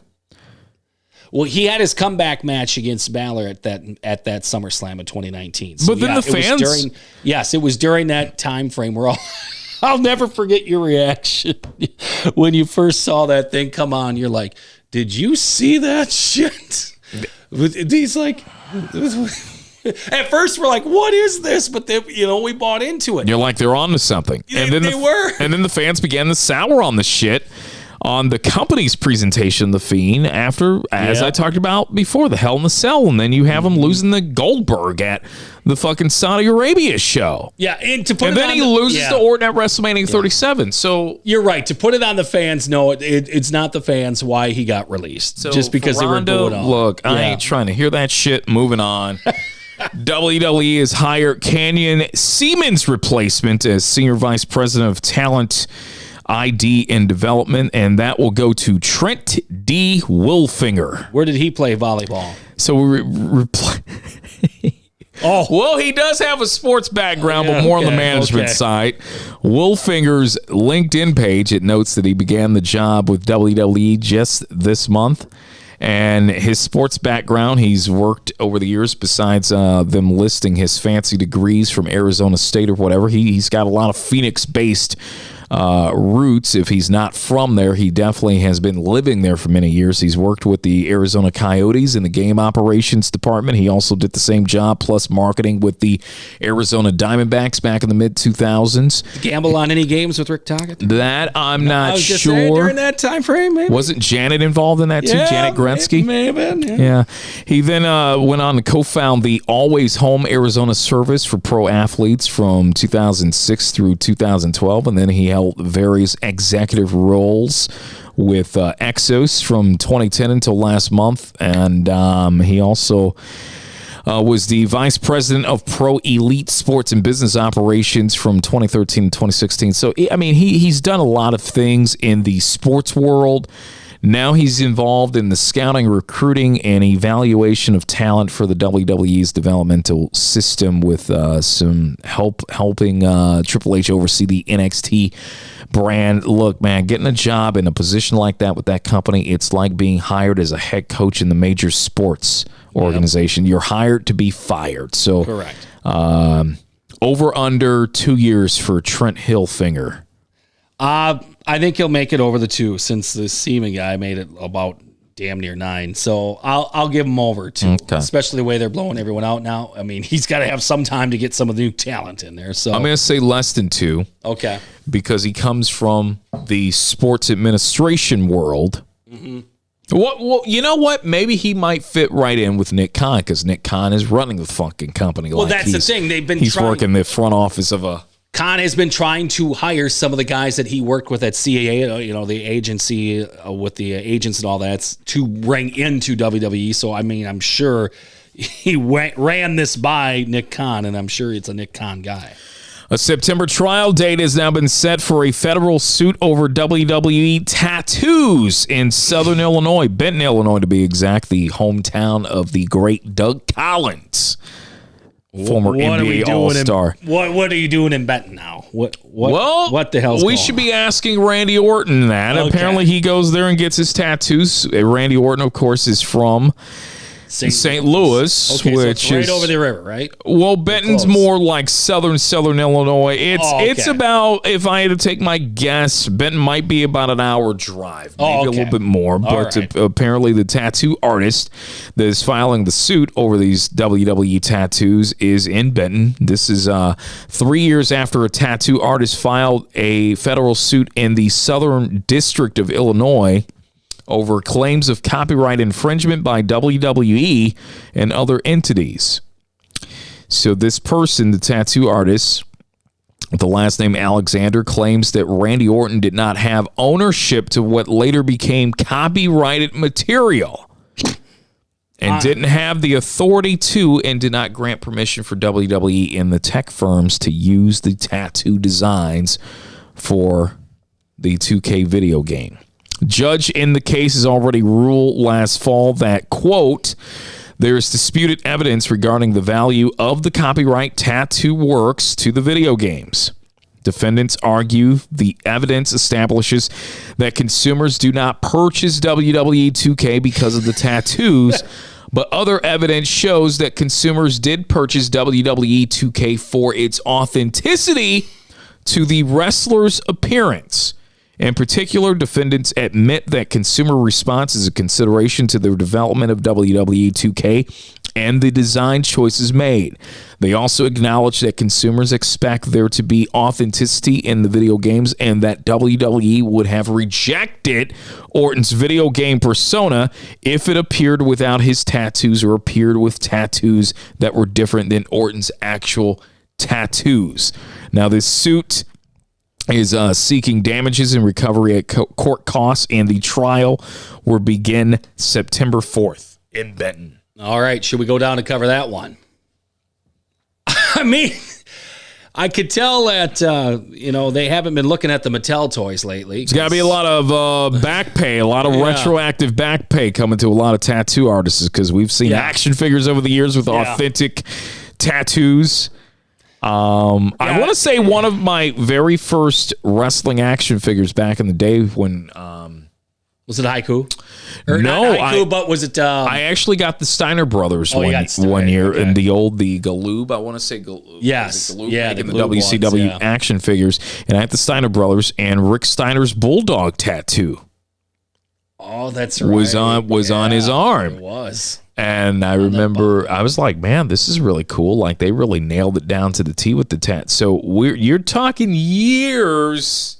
I mean, is it liable? Is it a door open for a potential class action lawsuit? Are we at 3 a.m. going to start seeing infomercials on TV saying, are you a tattoo artist who had your work exposed by WWE for video game usage and merchandising? I'm just saying. This thing's going to get sticky, though, because what if all the tribals tattoos, who the hell's going to get the money for that? Because, that's what the majority of them are, the tribal tattoos. So who's got that copyrighted? Who's got the good stuff on that? We shall see. The trial starts September 4th in Benton, right around the corner. All right, let's get into the part that we always try to hold off from. That's doing a quick rundown, show reviews. Monday Night Raw, the worst wrestling TV show. It's bad. Basically, when we do Raw reviews now, it's basically to tell you why this shit sucked. Well, watch last week's show because they just freaking repeat. It's a rollover every week. They repeat half the matches. So this show starts off with MVP and Bobby Lashley. They open the show to cut a promo on Goldberg, which Goldberg, of course, interrupted, much to the fans' dismay, who chanted of Wyatt instead. So there you go. We're already like 5 minutes into the show and this damn thing's getting hijacked. This was in Chicago, right? Yes. Very lively crowd as always. So the Chicago crowd, very smart. And they hijacked the show. Yeah. They were very loud. This they were. trumped over the piped-in Goldberg chants. Yep. They had some very awkward audio situations during this show. Well, did you hear the Michael Cole thing? I'm going to get to it. Okay. I'm going to get to it. Yep. So Goldberg gets in Lashley's face for a bit. Then he leaves. MVP then gets out of the ring, gets in the face of Goldberg's teenage son, he's apparently grown 10 inches and has gained 100 pounds since we last saw him 4 years ago when he was sitting ringside watching his dad take out Brock Lesnar. He's already a teen. I thought the kid was only 4 or 5. At that time, I want to say he was probably about 8 or 9. Well, the kid's he looks every bit of about 24 now. So MVP gets in the face of Goldberg's teenage son at ringside. This prompts Goldberg to come out and spear MVP.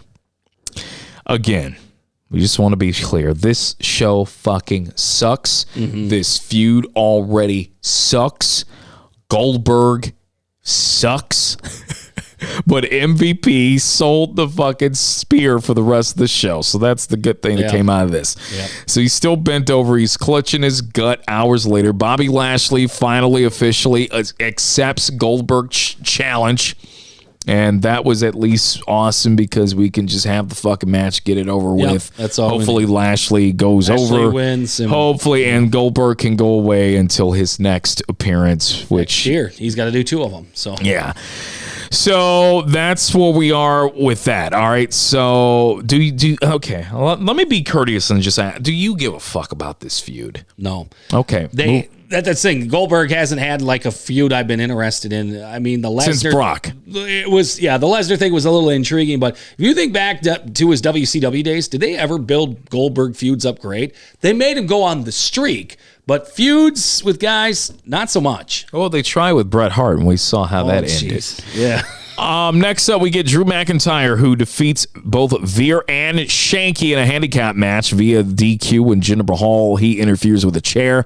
McIntyre chases them off with his sword. Goddamn sword. We had a goddamn sword spot. The most notable thing about this segment is that someone accidentally played a SummerSlam John Cena commercial into the fake crowd noise track that was on the mixer. This resulted in the double horror of fake crowd noise plus Michael Cole's announcement mixed in with the real fucking crowd. This was just a shit show. You would have thought you were watching AEW Dynamite on a Monday night on USA. Broke out. Yeah. Good Lord. After that, we get Rhea Ripley. She defeats Nia Jax via the most devastating maneuver in all of pro wrestling, and that was what? The roll-up. The roll-up off of the distraction by Jax's own partner, Shayna Baszler. Jax and Baszler, after the match, they get into it. They argue. Ripley then gives Jax a riptide. During the match, Jax, she ends up busting her eyebrow open. See, it was blood. I thought it was face paint. You told me it was face paint. Yeah, I was out with face paint. Yeah, so I'm okay. Like, okay. Well, she's got this half crimson mask on for most of the match. She's just fucking busted open. But it actually looked fucking cool. It did. It actually looked cool. She ends up avoiding permanently injuring Ripley with any of her moves, so that overall was a good night for Nia Jax despite the loss in the fucking bloody face. We then get the biggest pop of the night on Raw, and it went to Chicago's very own Mustafa Ali. Yes, it did. You know this chapped Vince's ass in Gorilla. You could tell, too, the audio issues they were having, they really tried to tone it down when they were popping for him with the boos. It just was not going over well. Not working. Nope. Him and Mansoor, they end up, after beating Retribution Mason T-Bar the previous week, they end up losing a match to Mason T-Bar. Because that is an old Vince edict that you lose in your hometown. He's been doing that to guys forever. Apparently, even jobbers in this company get the pleasure of getting 50-50 booking. Yep, exactly. And through this match, in my notes here, I like how the commentary acts like Ali and Mansoor have spark of greatness if they can just get their shit together, because they almost beat Mason T-Bar, who literally have lost to everybody on the Raw fucking roster. Yeah, you've buried these guys should be single stars, and you're shitting on them all. All right, moving on as we shit on the worst wrestling TV show on television. Charlotte Flair comes out to cut a long promo on Nikki Ash where she threw a bunch of weapons in the ring. You would have thought Charlotte Flair had became the Sandman. All of a sudden, she threatened Nikki ahead of their no-holds-barred match later on during the show. Yes, they were going to have a match, no holds barred. Eventually, even Nikki got bored of this promo and came out and whacked Charlotte with the chair. Yep. Moving on, Tamina, she has a match with Doudrop. Beats Doudrop clean in the match as WWE uses the opportunity of Natalia's injury to make sure nobody has any heat by the time she comes back. So, didn't give a fuck about this. You, PJ? Nope, didn't give a shit. A segment here that I just kind of like. This is something that could have been good, but they've completely distorted it. They've got all kinds of shit going on just out of the just for the sake of just including people. Everyone's getting participation shit on trophy. top of shit. Damian Priest, he ends up coming out for a brutal fucking Miz TV segment. He joins Miz and Morrison. They just can't get him away from Miz and Morrison. My God, we've been done with. We had fucking zombie fights. We had Mania fights. This is just... And people, if they were just walking down our stairs right now and say, what the fuck is it? Zombies and goddamn bunnies and all this shit? What are you fucking talking about? Oh, it's WWE. Yeah, the crowd was not feeling this shit at all. That's when they decided to take it into their hands and hijack the show and start chanting for CM Punk. May as well. Besides WWE's best efforts to once again try and drown it out with fake fucking crowd noise. Again, they don't give a fuck about the fans. For fans that thought that the end of of the Thunderdome meant the end of pipe crowd noise. No, they were doing it before the Thunderdome, and they're going to continue, and they're really adding to it. It's the shit. Wait till those wet yes chants come out. Oh, shit. It's going to really be fun. Priest was unable to commit to the stupidity of Miz and Morrison's wet gimmick. He unfortunately came off very wooden in his delivery, though, which is a shame because I actually think Priest is pretty good. I think he is solid on the mic, and people don't give him enough credit. Miz and Morrison, they're fully committed to this silly-ass, stupid gimmick, but I guess that only makes it worse. After all of that, led into a match between Damian Priest and John Morrison, which Priest won. Then Sheamus comes out, attacks Priest. Then Ricochet runs out. And that led to a commercial break. And when we come back, what we knew was going to happen, a tag team match. After one guy already beat one of the other guys. Oh, it gets better. Priest and Ricochet versus Sheamus and Morrison. And this match is won by Priest and Ricochet, in which Priest won by pinning John Morrison again. So it's just a shame because all the guys involved, very talented guys. It's just nobody wants to see this. They just don't. We are over the Priest, Miz, Morrison shit. We don't want that. We want Priest and Sheamus. Priest should have the title at SummerSlam, but we see we're getting on that path. Why the hell can't we just build up to those two? It's just because it makes sense. And we know Vince hates tag teams, so why the fuck would we fuck with the tag teams? Well, a guy who I'm about to tip shit over. A guy who's in a tag team, but he's been missing his partner lately, Matt Riddle. He gets a match in which he got basically squashed by Omos. Talking about fucking Did this match even go 2 minutes? Barely went. Yeah. No, it did, and they're fucking Riddle over. God damn it. I'm getting pissed about this because I was on this, guys. I thought, okay, they build him great when the whole I'm fighting for Randy thing, Money in the Bank. I thought, okay, that was his breakout moment. Riddle is starting to get over with this crowd. RK Bro is over. We heard reports. Oh, Orton could be coming out Monday night. Waiting for it. Wait. They fucked it. Yeah. This was also, Orton was supposed to be at this Raw. At least it was reported a couple of weeks earlier, but still no sign of Randy Orton. But at least Riddle's heat will be completely killed by the time he gets back from wherever he is. So. And if they go right into Orton RKO and fucking Riddle right away, I'm going to be so fucking pissed. Even at this point, I mean... Fucking A, that'll be so stupid. You can't even 100% rule out Matt Riddle being fired by the time Randy Orton gets back in the way this fucking company is.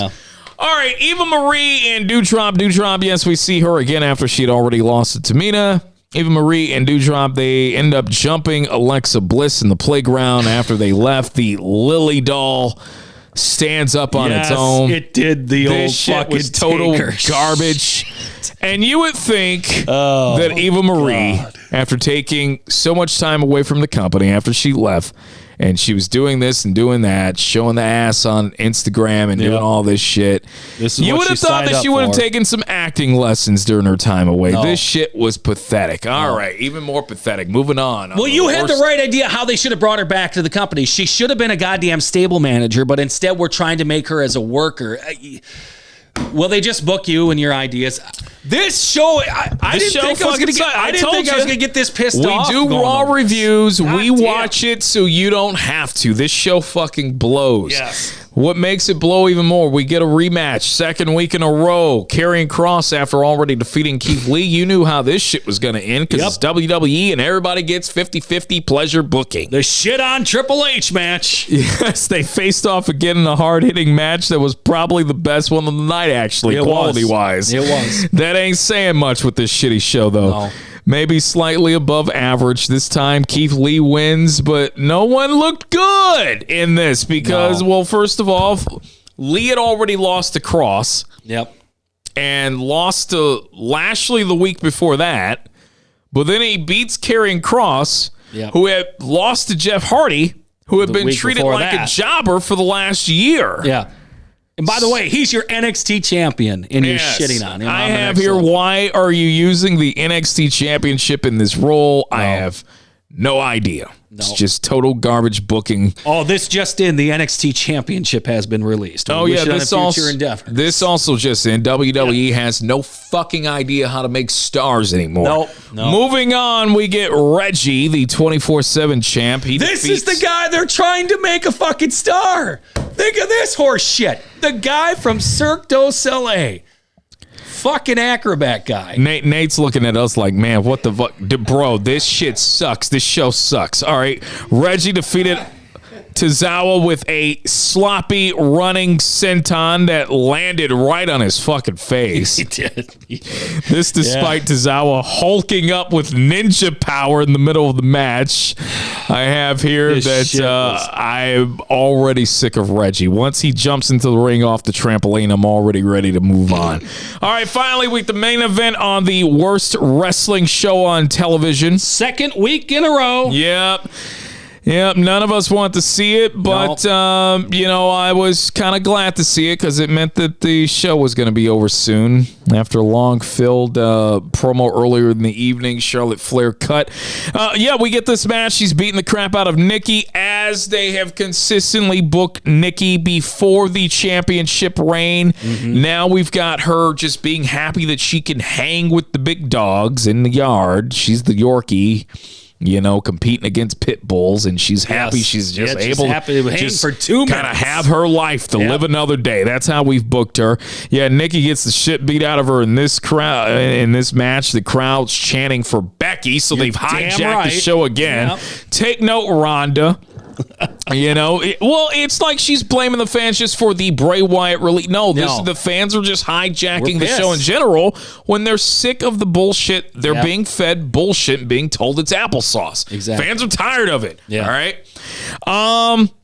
Well, Becky, as far as I know, she still works for the company, right? Yeah. She hasn't been featured. Okay. And she's over breastfeeding her kids more than showing up. She's still the most over. Yes. Yeah. Nikki ends up making a brief comeback after Charlotte speared a table.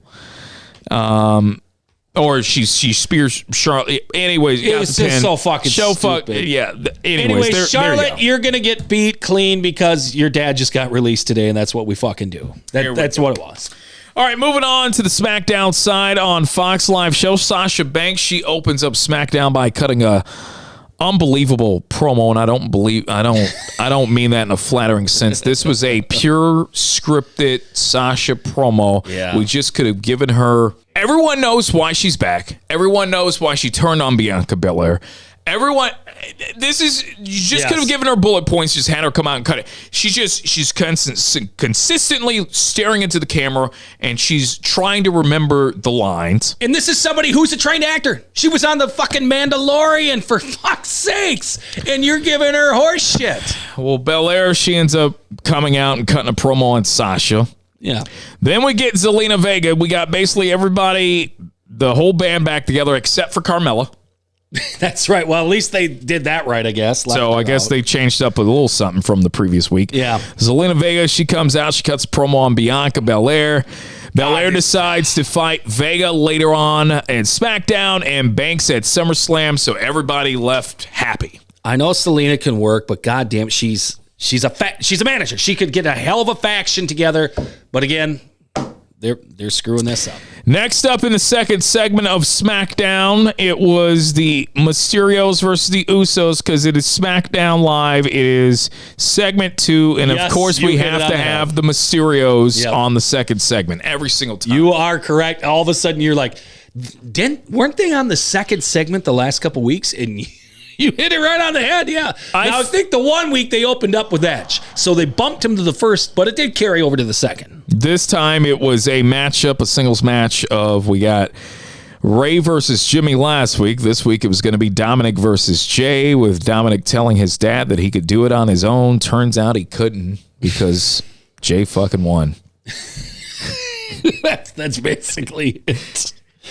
He's main event Jey Uso now. He shouldn't be beating him. He should not be beating him. No. There you go.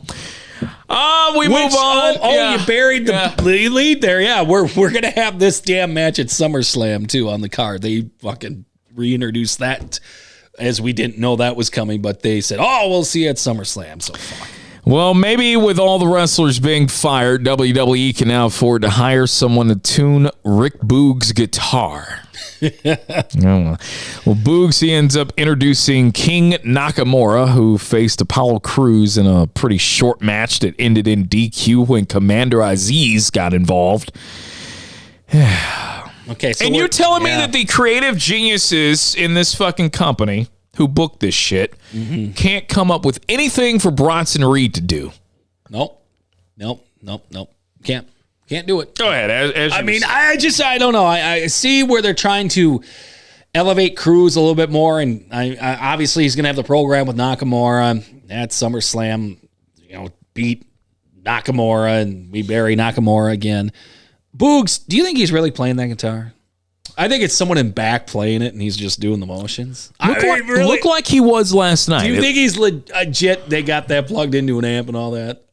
I don't think so. I think they got somebody backstage, and he's just doing the shit as he's going out there. But that's where I'm at. I'm talking about if the guy's really playing a fucking guitar instead of the match. Backstage, Paul Heyman, he points out how messed up it was that John Cena can just sign somebody else's contract and get a match against Roman Reigns at SummerSlam. And I'm thinking to myself, WWE terribly mismanaging its contracts. Very unheard of with this fucking company. Never. Moving on, we get Tegan Nox. She gets her first name back this week. Yep. Apparently.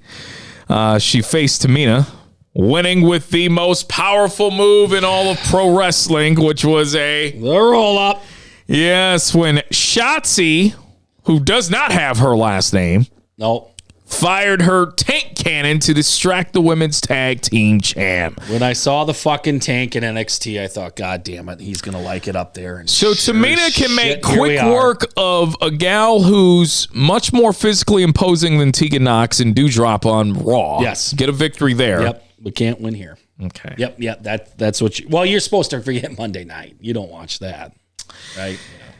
Edge then cuts a promo on Seth Rollins, who appeared on the Titantron to argue with Edge. They referenced that time back in 2014 when Rollins tried to break Edge's neck. I have here that they then confused the shit out of every single viewer who has never seen WWE mainstream storylines for anything longer than 2 months. They've decided that they will be settling the score at SummerSlam. I did like this a little bit because I know, too, that he was selling the move. And I always kind of like, that is old school. It does surprise me if they decide to dig back that far to rehash that and kind of throw that into the feud of why this is. Yep. And if I put you in a curb stomp, you're not gonna see your kids. You're gonna be in a wheelchair. I did kind of like the old school. If I use my move on you, you're going to be paying for it. So I mean that I did like. Well, I thought that this was a little sad that even now that he's a new father, that Seth Rollins doesn't give a shit about Edge and his kids. You would think that a guy who just recently became a father would be,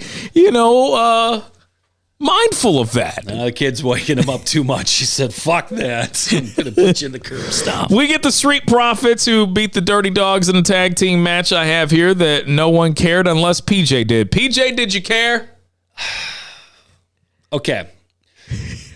Good Lord. I was hoping to move on. You cared. I don't care. I just, again, two teams that I think they're great. I think, but just the show does nothing for him. Also, Dirk, nice Free Britney shirt. I did like that coming out. Yo, how long is Take Back season to be exact? The Street Profits, they've been claiming that it's Take Back season. Take Back season, like all year. As long as Take Back season goes on. It's still Take Back season. I just have here the Take Back season for the Street Profits. That's a long-ass season. That goddamn splash he does. Jesus Christ. I mean, that is unbelievable. How high he gets on that, how he doesn't kill the guy underneath him, and then he takes the goddamn bump too while doing it. I mean, it was a good move. All right, Zelina Vega, she got her shot at Bianca Belair. Oh, sort of. She's backstage with Adam Pearce and Sonya Deville. And looking minute. I mean, that was not a good visual. Yeah. It seemed like at the start of the show, the impression that I got was that this was going to be a title match. That's what I thought, too. It ended up being a non-title match, which didn't really make sense because Vega fucking lost anyways. And earlier in the show, Pierce said, well, we need to promote it. That's why we can't have the match right now, because it's a big match. Yeah. I have here, I'm glad the brain trust at WWE is focusing all their efforts on changing meaningless stipulations instead of coming up with an idea for all the wrestlers they just cut from the roster for no fucking reason. Yeah. I mean, that's... They got nothing. Right? All right, we get a match of Finn Balor versus Baron Corbin. It's a pretty quick match, 2 minutes. Then afterwards, they give Finn Balor the mic, in which he challenged John Cena to win back his Universal Championship match with Roman Reigns. Reigns then comes out to talk to Balor. Usos jumping from behind. Balor makes a comeback. Reigns, he comes back. They brawl for a little bit. The Usos attack him, and then you talk about another spectacular frog splash. Jay's off the top rope. Yes. Turning with it, too. Yes. Because I'm thinking myself, like, I couldn't I don't know if Balor did that on purpose or he just didn't want to be noticeable as he was moving to get in position. Yeah. He made Jay work for it, and Jay got every fucking bit of that frog splash. Yes, he turned. Yeah. So there you go. That was SmackDown for the week. Any final thoughts in regards to SmackDown, PJ? It is far the better show. I think it is the best show out there right now. They do have some good things going for them. It's just if they could just get out of the repetitive shit that they see happen Monday night and cross it over to the show, I'd be good. Moving on to AEW, Tony Khan had some responses in regards to the promo that a lot of people talked about earlier in the week. Wednesday morning, it was revealed that during the AEW Dark episode, the 100th episode, I would have never known that unless someone threw that out there. Yeah. There was a promo that has been receiving backlash, and Tony Khan has had to play his own PR and defend it, or at least respond to it. I won't say defend. But it was a promo that was cut by Max Caster. The rap, it could be viewed in a tweet below. Caster's very own pre-show plug. He teased it on his Twitter, on his Twitter account, which he said the fans would, quote, love my freestyle.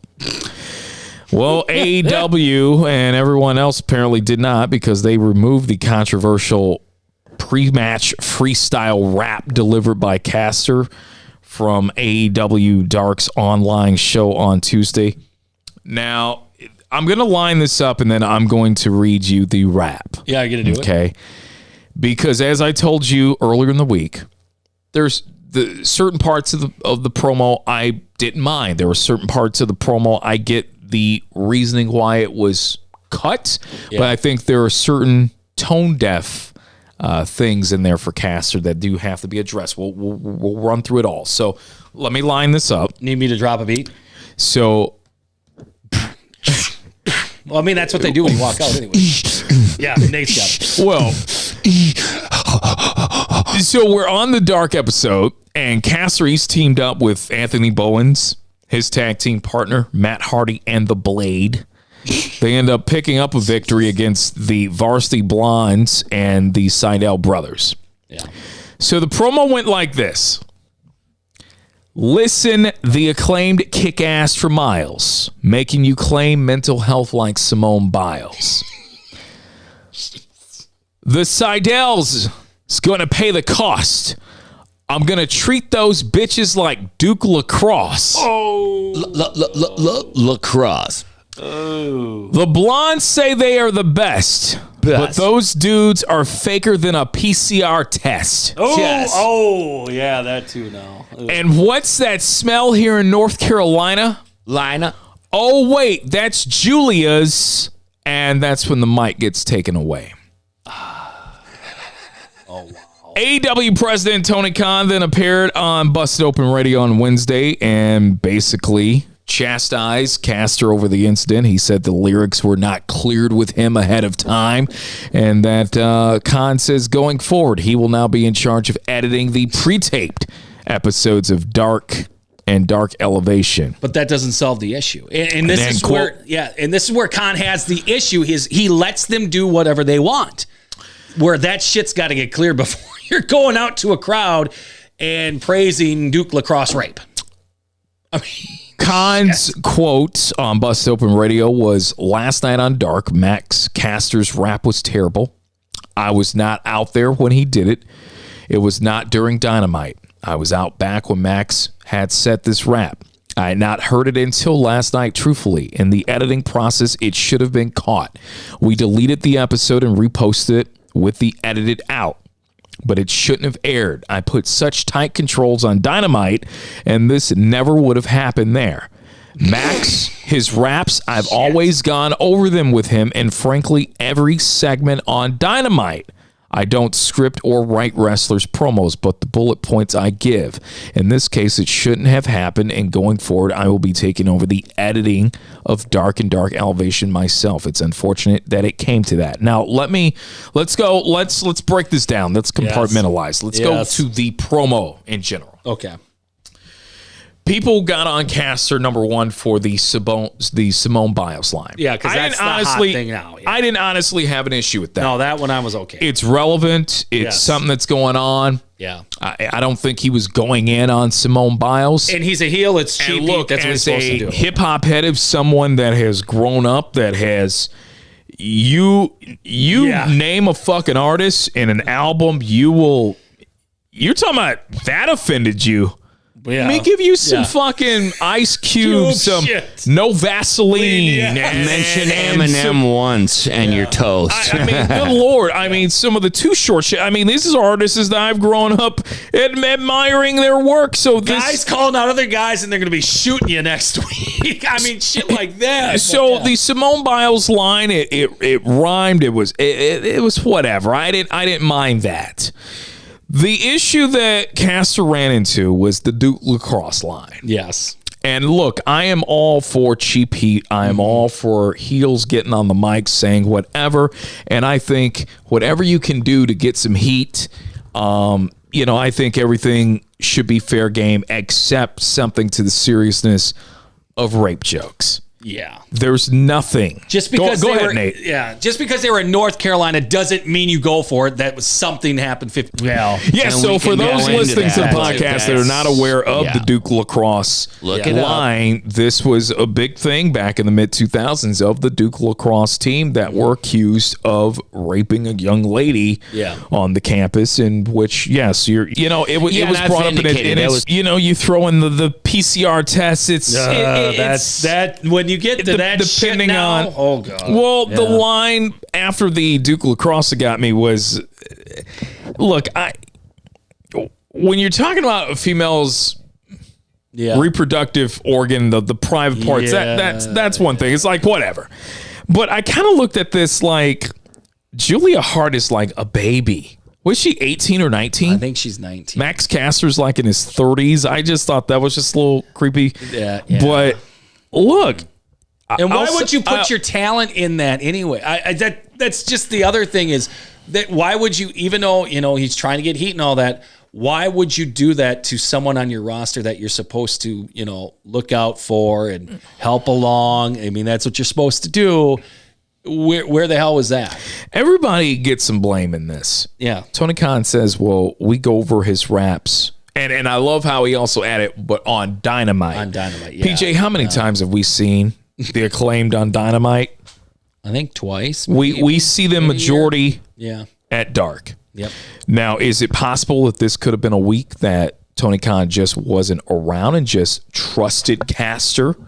Since they've always done this before, they've gone over the raps of what's appropriate. Well, maybe they go damn near the line every time. I mean, the one with Renee. That was funny, though. It was funny, but it's there, and not to be blown away that, oh my God, I can't believe he went there on this. Blown away after he cut a line on oral on your sessions. top guy. No, I just love how you just talked about blown away and blown away on the oral session. The oral session. Yeah. But anyway,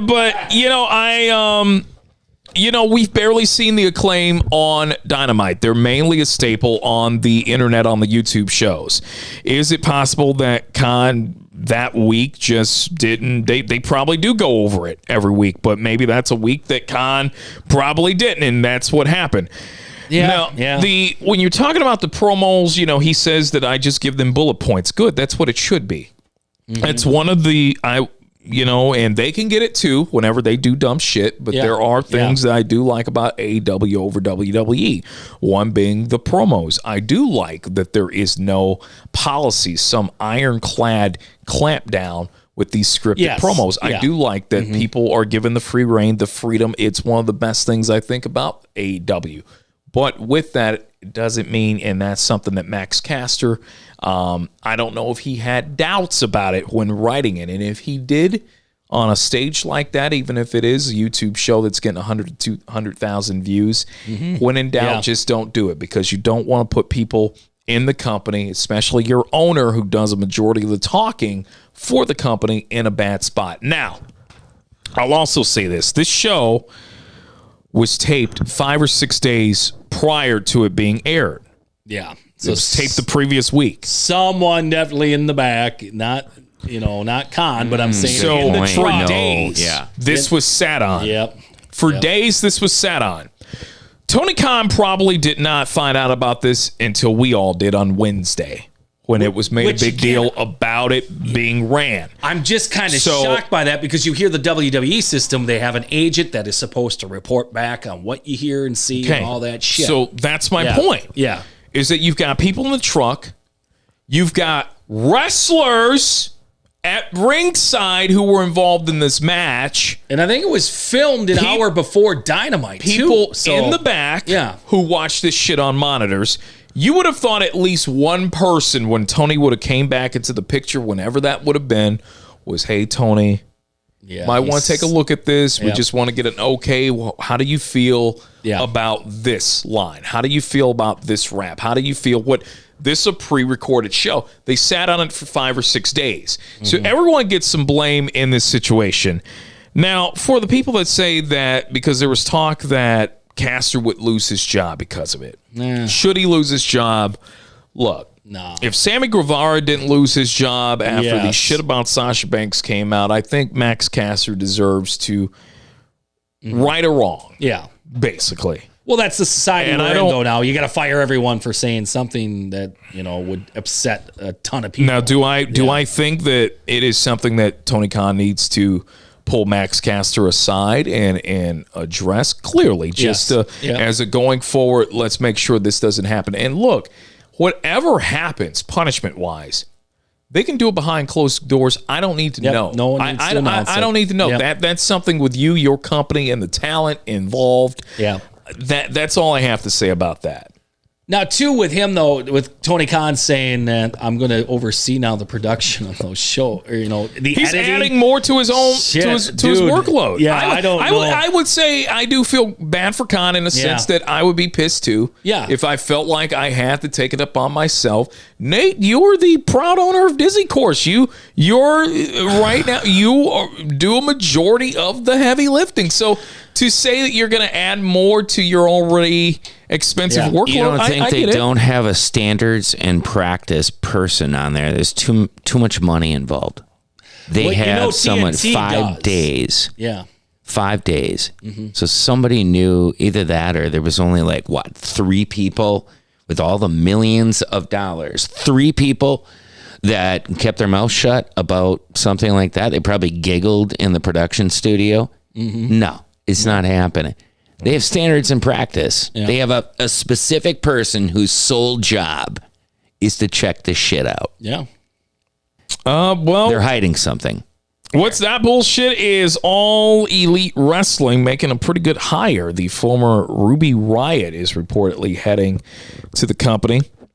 She recently revealed that she will be going by the name of Ruby Soho as her post-WWE ring name. Fightful Select is now reporting that current plans have Ruby joining AEW soon, real soon. They need her. Potentially all out soon. That's good. She got released with the other WWE talents from her contract back on June 2nd. She was part of those budget cuts. She will become a free agent once her 90-day non-compete clause expires. That will be on Tuesday, August 31st, which is right before the all-out pay-per-view on September 5th. Ruby, for the most part, she's been keeping a low profile since she got released from the company. She's been doing very few interviews, not really making too many personal appearances. There are some promoters that said that they reached out to ask her as far back to make an appearance, maybe about as far back as a month ago, and she wasn't taking bookings. So she and AEW have been having discussions, it seems, for a while now. Also noted that wrestlers across various pro wrestling companies, they've always had nothing but unanimously glowing things to say about Ruby, her work, her backstage, her energy, her demeanor, her attitude. I remember seeing WWE. They did a piece on Ruby Riott. The backstage one? No, it wasn't a backstage. It was a YouTube. They do a YouTube series, and it talks about who they were before they got to WWE. They kind of takes you along their journey. And she's someone that definitely has an affinity for the pro wrestling business and has really learned. She really worked her ass off on the indie scene and got her break.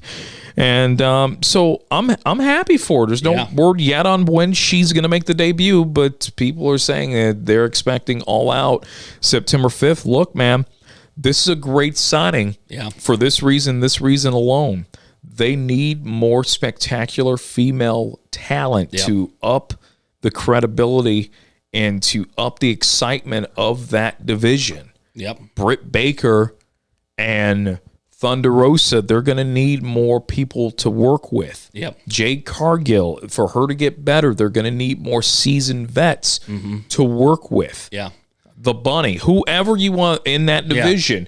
To make it better, you need to bring better people from the outside in who are great workers and can add a little something. And look, they got the experience of being on the national stage. They've worked for the top company in the world, so you know they're going to bring some of the tricks of the trade with them. I mean, think about this. WWE had so much confidence in her, they threw her at Ronda Rousey right away. Because she's a good worker. I mean, that's good worker. So you know what you're getting here. A world-class talent. So I think it's one of the best signings of over the year that AEW's done, without a doubt. And look, I'm not expecting her to come in day one and be world champ. That's not what I'm saying. Shouldn't happen. No, but you need to get to a place where the roster looks credible and people don't go take piss breaks every time you're throwing a women's match on and it's not Britt Baker and Thunder Rosa. Correct. That's where you are. AEW looks like they're looking to expand their content beyond Rampage with WarnerMedia. All Elite Wrestling, they continue to expand even beyond the Rampage show, according to a job listing posting by WarnerMedia. All right. The company is currently looking for a director in scripted development and programming. The listing states that 4 AEW series, including the Roads to the Top reality show, are in various stages of development. AEW Dynamite, Rampage, and quarterly specials were not part of this group. Plus, in the job description, WarnerMedia notes that AEW is looking to grow by exploring ventures in comics, NFTs, and streaming, amongst others. Look, I'll say this. How AEW is going to continue to stay on the air, how they're going to continue to build momentum, how they're going to continue to have leverage and get money from Warner to stay on or whatever. Content. These companies that are putting these streaming networks together, what do they want? They want content. And they've got one of the biggest ones and hottest ones to work with HBO Max now. And look, a majority of when we watch, at least when we did watch Dark or Elevation, whichever one, the YouTube shows, yes, a lot of the matches, we kind of look at them and we say, all right, what the fuck? But for every week that they roll those shows out, it's content. Whether it's good or bad, that's to the consumer to decide that, but it's at least content. So I think in that perspective, Tony Khan is doing it right, where, look, to make sure that we continue to have a future, even if this thing doesn't work out and someone wants to buy it, we can charge a little bit more for it because we have a content catalog to go with it. They will own it. And it's just smart. I mean, and this is like how WWE had to build the network up and put specials out like that. They already have the streaming giant, HBO Max, behind them and Warner and whatnot. So this is just a natural step forward to throw more content up there, develop more, off-screen programs. I will say, though, the Rhodes reality show, I do not think that will last long the way. I'm sure we're going to get to it, but this crowd is not buying him right now. So that'll be interesting, but I don't want to shit on Cody too much. I like the guy, but I don't know if that's the content they want, but this is definitely a plus for them. AEW Homecoming, that was this past Wednesday, about 2,500, give or take, were at Daly's Place. Yes, they were back at Daly's Place. Welcome back, homecoming. Yes. So this crowd was smaller than what they have been when they start welcoming fans back. I think maybe, I don't know, maybe the fact some fans might be a little burned out. You've been getting AEW at Daly's Place for the last year. Maybe the fact that you did a video montage 3 weeks ago. Thanks for the good times, Jackson. I mean, fuck, if I was just tuning in, I would have thought that this Daly's Place was going to be torn down and a new venue was going to be built. No, you went away for a couple of weeks and now you're back. We kicked the show off with a 1997 Monday Night Nitro match of the Demo God, Chris Jericho, and Juventud Guerrera. This was the third Labor of Jericho stipulation that MJF has out there. MJF was back on commentary. And again, he had to win with the top rope move. Yes, this match he had to not only defeat Juventud, but he had to win with a top rope maneuver. Now, I don't know about you. This was, for me, this was a sloppy match, and I blame it more on Jericho than I do Juventud. Jericho just could not get in sync with, and I get it. It's been some years since that's the thing. That's the key point right there. Jericho was not a luchador wrestler anymore. He was in the early 90s to mid 90s when we first saw him on Nitro. Not so much in 2021. He evolved into a different style. Yeah, you've got, during the match, there were a few cringe moments, especially the one they're in the corner. Yeah. And they fall down, and Jericho turns that into a Walls of Jericho, or the... Yes. Yeah, you're right. And or the Lion Tamer. Lion Tamer, was back which in the day. Again didn't make any sense. And I called you, and I said, hey, was this done on purpose? I said, if so, Jericho at least did a hell of a job of covering up for it by going to the Walls of Jericho. But anyways, we move along in the match, and Jericho ends up hitting a top rope move. He hits the Judas effect off the top, but then Aubrey, she didn't count. She said, nope, it's actually got to be. It's got to be. So anyways, we get Jericho ends up hitting a top rope maneuver. He gets the win afterwards. We get Wardlow, who comes into the ring and attacks both Hoovy Juice and Jericho, as MJF now reveals that Wardlow will be Jericho's fourth labor. Surprise. With the stipulation of MJF himself as a special guest referee, which there was some confusion there by Jim Ross because there was not confirmation that was going to be the case, but I guess now it is. So it is back to that. Okay. This is some shit, dude, this is backwards. Yeah. You would have thought that Nick Gage would have been the final labor before MJF. You would have thought that someone from the Pinnacle, like Wardlow, would have been the first labor. You would have. Well, you would have thought a Bloods and Guts match would have been a blow-off, too, instead of starting a feud. So, I mean, that's just kind of par for the course. We know what's going to happen next week. MJF's going to get knocked out. Wardlow's going to get knocked out. Jericho's going to take the hand 1, 2, 3 and get a victory, a la Steve Austin back in the Attitude Era when they had, like, the McMahons be the special refs. So, very predictable coming up, but we know MJF, Jericho, all out. We go backstage. Tony Schiavone is with Andrade. There was a lot of Tony Schiavone in this show. A lot of Andrade. A lot of Tony Schiavone. Backstage, Andrade screwed up Pac's travel plans so he could try and once again get the Lucha Brothers to work for him. They once again refused. So this is just to buy some time. This is not and to kind of cover up for Pac not being there. Yeah. Due to travel. The whole travel shit. I mean, this is...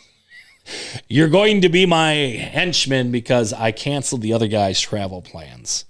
What fucking business do they work for? I mean, Jesus Christ. We can't make the conference meeting because they canceled our travel plans. Well, fucking Zoom it then. I mean, what the fuck? Segment after this, second in a row, we get some Tony Schiavone. He is with Hangman Page in the Dark Order. Hangman tells the Dark Order they need to go their separate ways for now so that he can handle his problems with the Elite on his own. I will tell you that I was all for this. Yeah. Because Hangman Page never needed the Dark Order. No. No. I love the fact that they're writing this off for now. Yeah. Because it allows Hangman Page to go back to being serious and just doing shit on his own like he had been for the longest time. He doesn't need the Dark Order, and we just needed a break. I don't want to see Hangman Page with the Dark Order anymore. On a fucking it was a little lawnmower. cute, a little Yeah. funny in the beginning after the Matt Hardy feud. Yeah. But once that blew off, I didn't need to see it anymore. So, look, the Dark Order, they are a comedy gimmick at this point. And I need to take Hangman Page serious. So having Hangman with the Dark Order just doesn't do it for me. So I was really happy about this. Now, we get a match next. Jon Moxley, Eddie Kingston, and Darby Allin with Sting. They're facing the team of Daniel Garcia. And at first, we're like, who the fuck are these guys? And then it dawned on me the day after that this was the former Everrise tag team of NXT. Still did nothing to me. And you just killed him. Just killed him with the 4 biggest fucking names, baby faces you have in the company. Yep. After the match, after Moxley, Kingston, and Allen, who were down there with Sting after they defeated that team, Kingston delightedly posed with Sting and then pointed to him and mouthed the bad word to the camera that I hope AEW gets fined by the FCC for that. But they probably won't. Probably not. Oh, during this show, what we did not see? Maybe there is truth to it. I didn't see a Domino's spot. Nope. And I saw a PPR spot. They did take up the offer. I thought that shit was awesome. They did. It was pretty fun. All right, backstage, we get some more. We get the Elites. They cut a promo We about. didn't need this at all. This, if you're looking for time to cut in the show, we didn't need this, especially what was going to happen another 5 minutes away. So they are backstage, all with basketballs in hand. They're dribbling. They do this little skit where they make a hoop, and the Elite, they end up cutting a promo about how there's no one left to challenge any of them. Yep. Kenny Omega's then, I don't know if you noticed, but he's wearing a Cookie Monster shirt. Yep. It's just one more way of AEW cheating in the ratings wars by using their relationship with WarnerMedia to cross-promote properties like fucking Sesame Street. But in all seriousness, if you can read between the lines of the innuendo, the Cookie Monster shirt was clearly a jab reference to CM Punk, being they have these same initials. That's how I took it. How'd you take it? Okay, I didn't lead in. I didn't get into that. Okay. All right. That's how that is smart now that I think about it. I didn't think about that before. We then get a match of The Blade Oh, God. and Christian Cage. Christian Cage beats the Blade clean in a match despite the Bunny being at ringside and trying to help the Blade cheat with the brass knuckles. That gimmick's getting old. Now, Christian had an enforcer of his own, as legit Layla Hirsch was the neutralizer of the Bunny, at least, who was set to face Hirsch later on during the show. Moving on backstage, we get a promo cut by Dax Harwood on Proud and Powerful after their match last week was cut short by an injury to Cash Wheeler. I have here in my notes that if this was WWE, Dax would have been off TV for months while Wheeler recovered, and Proud and Powerful would be chasing the 24/7 championship. That's what I have here. Yeah. I mean, they did a good piece. It was a good piece because it showed how the injury actually happened. And I was like, oh, shit, how they slowed it down. It's pretty nasty. Oh, yeah. Yeah, that was pretty nasty. And I mean, yeah, it builds up the program more. And hopefully we'll have the match all out, I'm guessing. The rematch of it. Yeah, if Wheeler's recovered in time. Because that was damn nasty. So then we get some more Tony Schiavone action. He is in the ring and he's waiting for his good buddy Britt Baker with Rebel to come out. Yep. Britt comes out, she cuts a promo. Well, before she cut the promo, she hugs Tony Schiavone once again. And I told you that if we're just going to start letting Tony and Britt embrace, even though Britt's a fucking heel, at least she's being portrayed as a heel. If she's going to hug on Tony, then I don't give a shit anymore if anyone's taking the mic out of Tony's hands during promos. Yeah. I don't care. Yeah. Anyways, Britt Baker's cutting the promo, and she gets interrupted with Red Velvet coming out to cut a promo on her, Yes. which this was fucking brutal. It was bad because all of the the way around. verbiage. Yep, the verbiage. I felt like and the visual. I felt like this was a WWE scripted promo because never in my life have I ever heard a wrestler give out their exact record. She said that she was 24-5 and she's won 7 in a row. And she talked about how she used to be enhancement talent. And I said, what the fuck is this? I know. Why don't you just like basically get 2 girls in 1 cup with me at the bottom while you're at it? You're gonna fucking cut a promo like this is just shit on the business with this. I don't know. Did you take offense to this fucking promo as a fan? I just thought it was so unnecessary.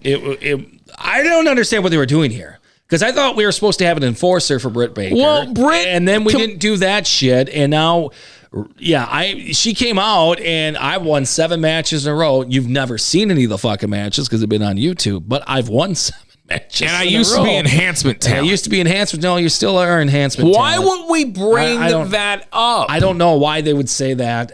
The gal that was in a match with Cody and Shaq, why would we bring that up? Yeah. I didn't get that. Anyways, it didn't make any Britt sense. completely calmed that shit down by saying the last time I faced you, I beat your ass in 3 minutes. Yep. Well, this made Red Velvet hot. She ended up grabbing Rebel's crutch, and she was basically on the. Well, she was on the. She was getting to come up for a little bit, and then she ended up getting jumped. So, anyways, I'm done. So apparently, Red Velvet's your next challenger for Britt Baker's title. Apparently. Backstage, we get some more Tony Schiavone. Yes. Was it Tony doing this one? I thought it was Tony doing this one. I felt like Tony did them all. Even though he didn't do them all. Was this a Marvez? Or no, was this Alex? Or is that the segment? No, it would. Okay. Anyways, we go backstage. Chavo Guerrero, he brings... Chavo. I think they did this with Marvez. Okay, so Marvez is in the back. Yeah. He's interviewing Andrade and Chavo in the back, and Chavo brings in Fuego del Sol to basically...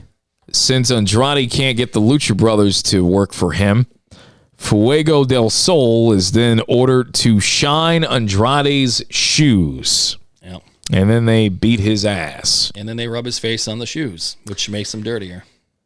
The Elite then jump Adam Hangman Page. This is the thing I hated, and I told you, I hated... This was a very long segment, and too long. Did not let the star speak. No. They didn't let Paige get anything out. Do you understand that this is AEW, sir? I know, but... Every in-ring promo segment always gets interrupted. Always. I understand that, but they didn't even let him get started. They did not let... This Paige should be, right now, your top babyface. You've been building him that way ever since you started the company. He was in the first title match with Jericho. I know I keep harping on that, but this guy is it. Cowboy shit is over. We want it. Let the man talk. How many times did Stone Cold Steve Austin get cut off when he was in the 90s and getting him running? Or The Rock when he was a babyface? None. Or Mankind? None. You cut him off after he says his piece. Let the man talk. You don't all of a sudden have, I'm in the, Tony Schiavone just did the interaction. I'm in the ring right now with Hangman Adam Page. Wait. And Omega and all them, they fucking come out and just bury the guy. And it's like, you guys are the EVPs. You should understand I know it's a program here, but you got to help build this guy. You can't just bury him constantly.